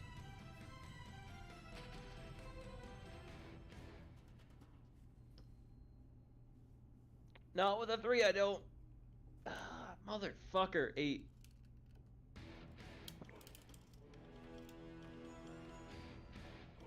Gorge, what'd you get? 12. Okay. So before this thing hits, I'm gonna tell the birds, attack that thing. Okay. Are any of you resistant to thunder damage? No. Okay. You both take 6 thunder damage. You take 6 thunder damage. You all failed, so each of you are pulled 10 feet away. I immediately need you to make a athletics, acrobatics, or a dex saving throw, please.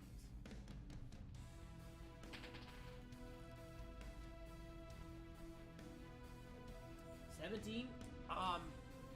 You slide off. Yeah. All right.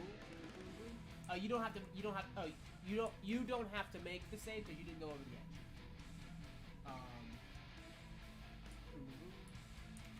So there's that.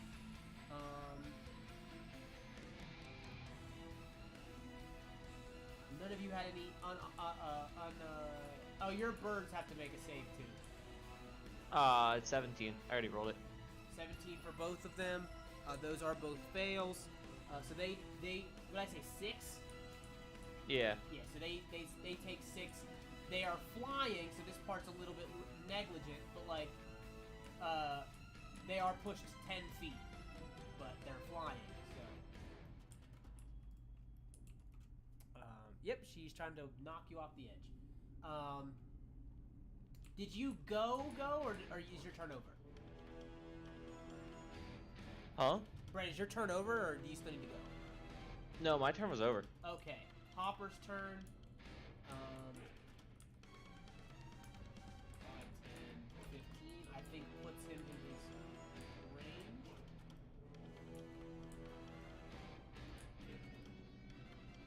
He does.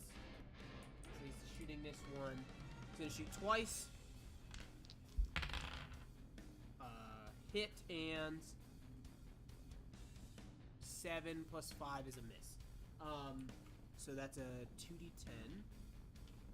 As I throw my die across the room. Where did it even go?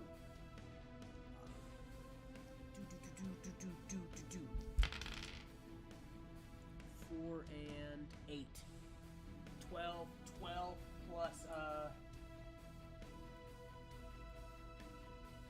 4? 12 plus 4. 16. You guys again watch as she's blasting spells at you there from the side. You watch as this like crossbow bolt like shears some of the scraps of shade from the Sugar Plum Fairy's form. The monster grows like visibly smaller as a result of like part of its being missing. And yeah, as it's fully just shredding like ragged pieces of itself. How does this thing look? Very, very bad. Very not good. You see that, especially as that crossbow bolt doesn't find purchase, it just tears through her. You think that she's having a hard time maintaining a physical form. She had 1, so she had none. She's back to 3. Course, it's your turn.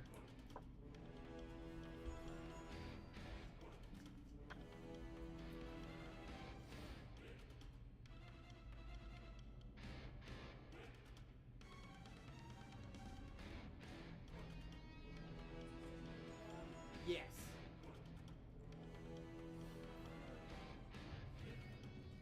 Okay.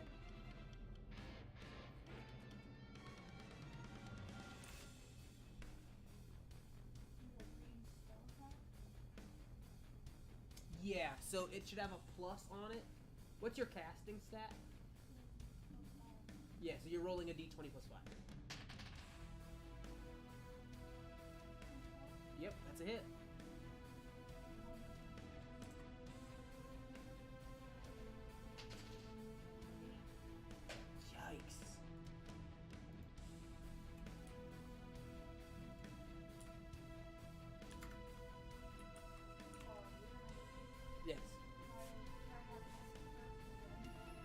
Yeah, absolutely. Yeah, 100%.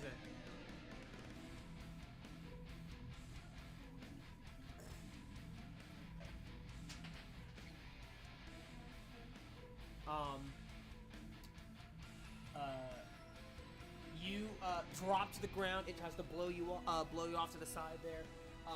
You channeling that dark energy, point at her. Boom! Blast off another explosive blast of vile dark magic, blowing a hole straight through her chest. As the Sugar Plum Fairy says, you see that she looks at the hole and her body. You see that it is very much like what you hit her with isn't immediately apparent, but like the longer you look, the longer you see, the quicker you see. What it is after you blast her with that force, literal like human saliva is like left on her body, which is like fully acidic and corrosive to like sugar and hard candy. So it literally just is eating her body from like the center of that hole outwards. And you see that she says, "Don't you want to be with your father?"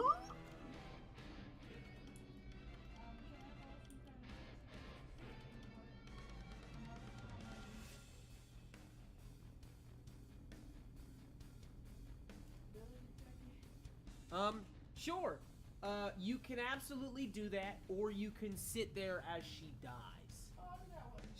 You see that she like reaches out for you again. That saliva is chunking pieces of her that are falling into the mist in particles. Just large chunks. At some points, it like little like almost like large pieces of sand falling from her. Begin to fall into the mist. You see she drops into the giant pit below. One large hand reaches up from the mist, slams onto the stone. The fingers break under the weight as a bunch of like the corroding fingers are left to fully erode away as the hand slides into the mist. You are victorious, and the Sugar Plum Fairy is no more.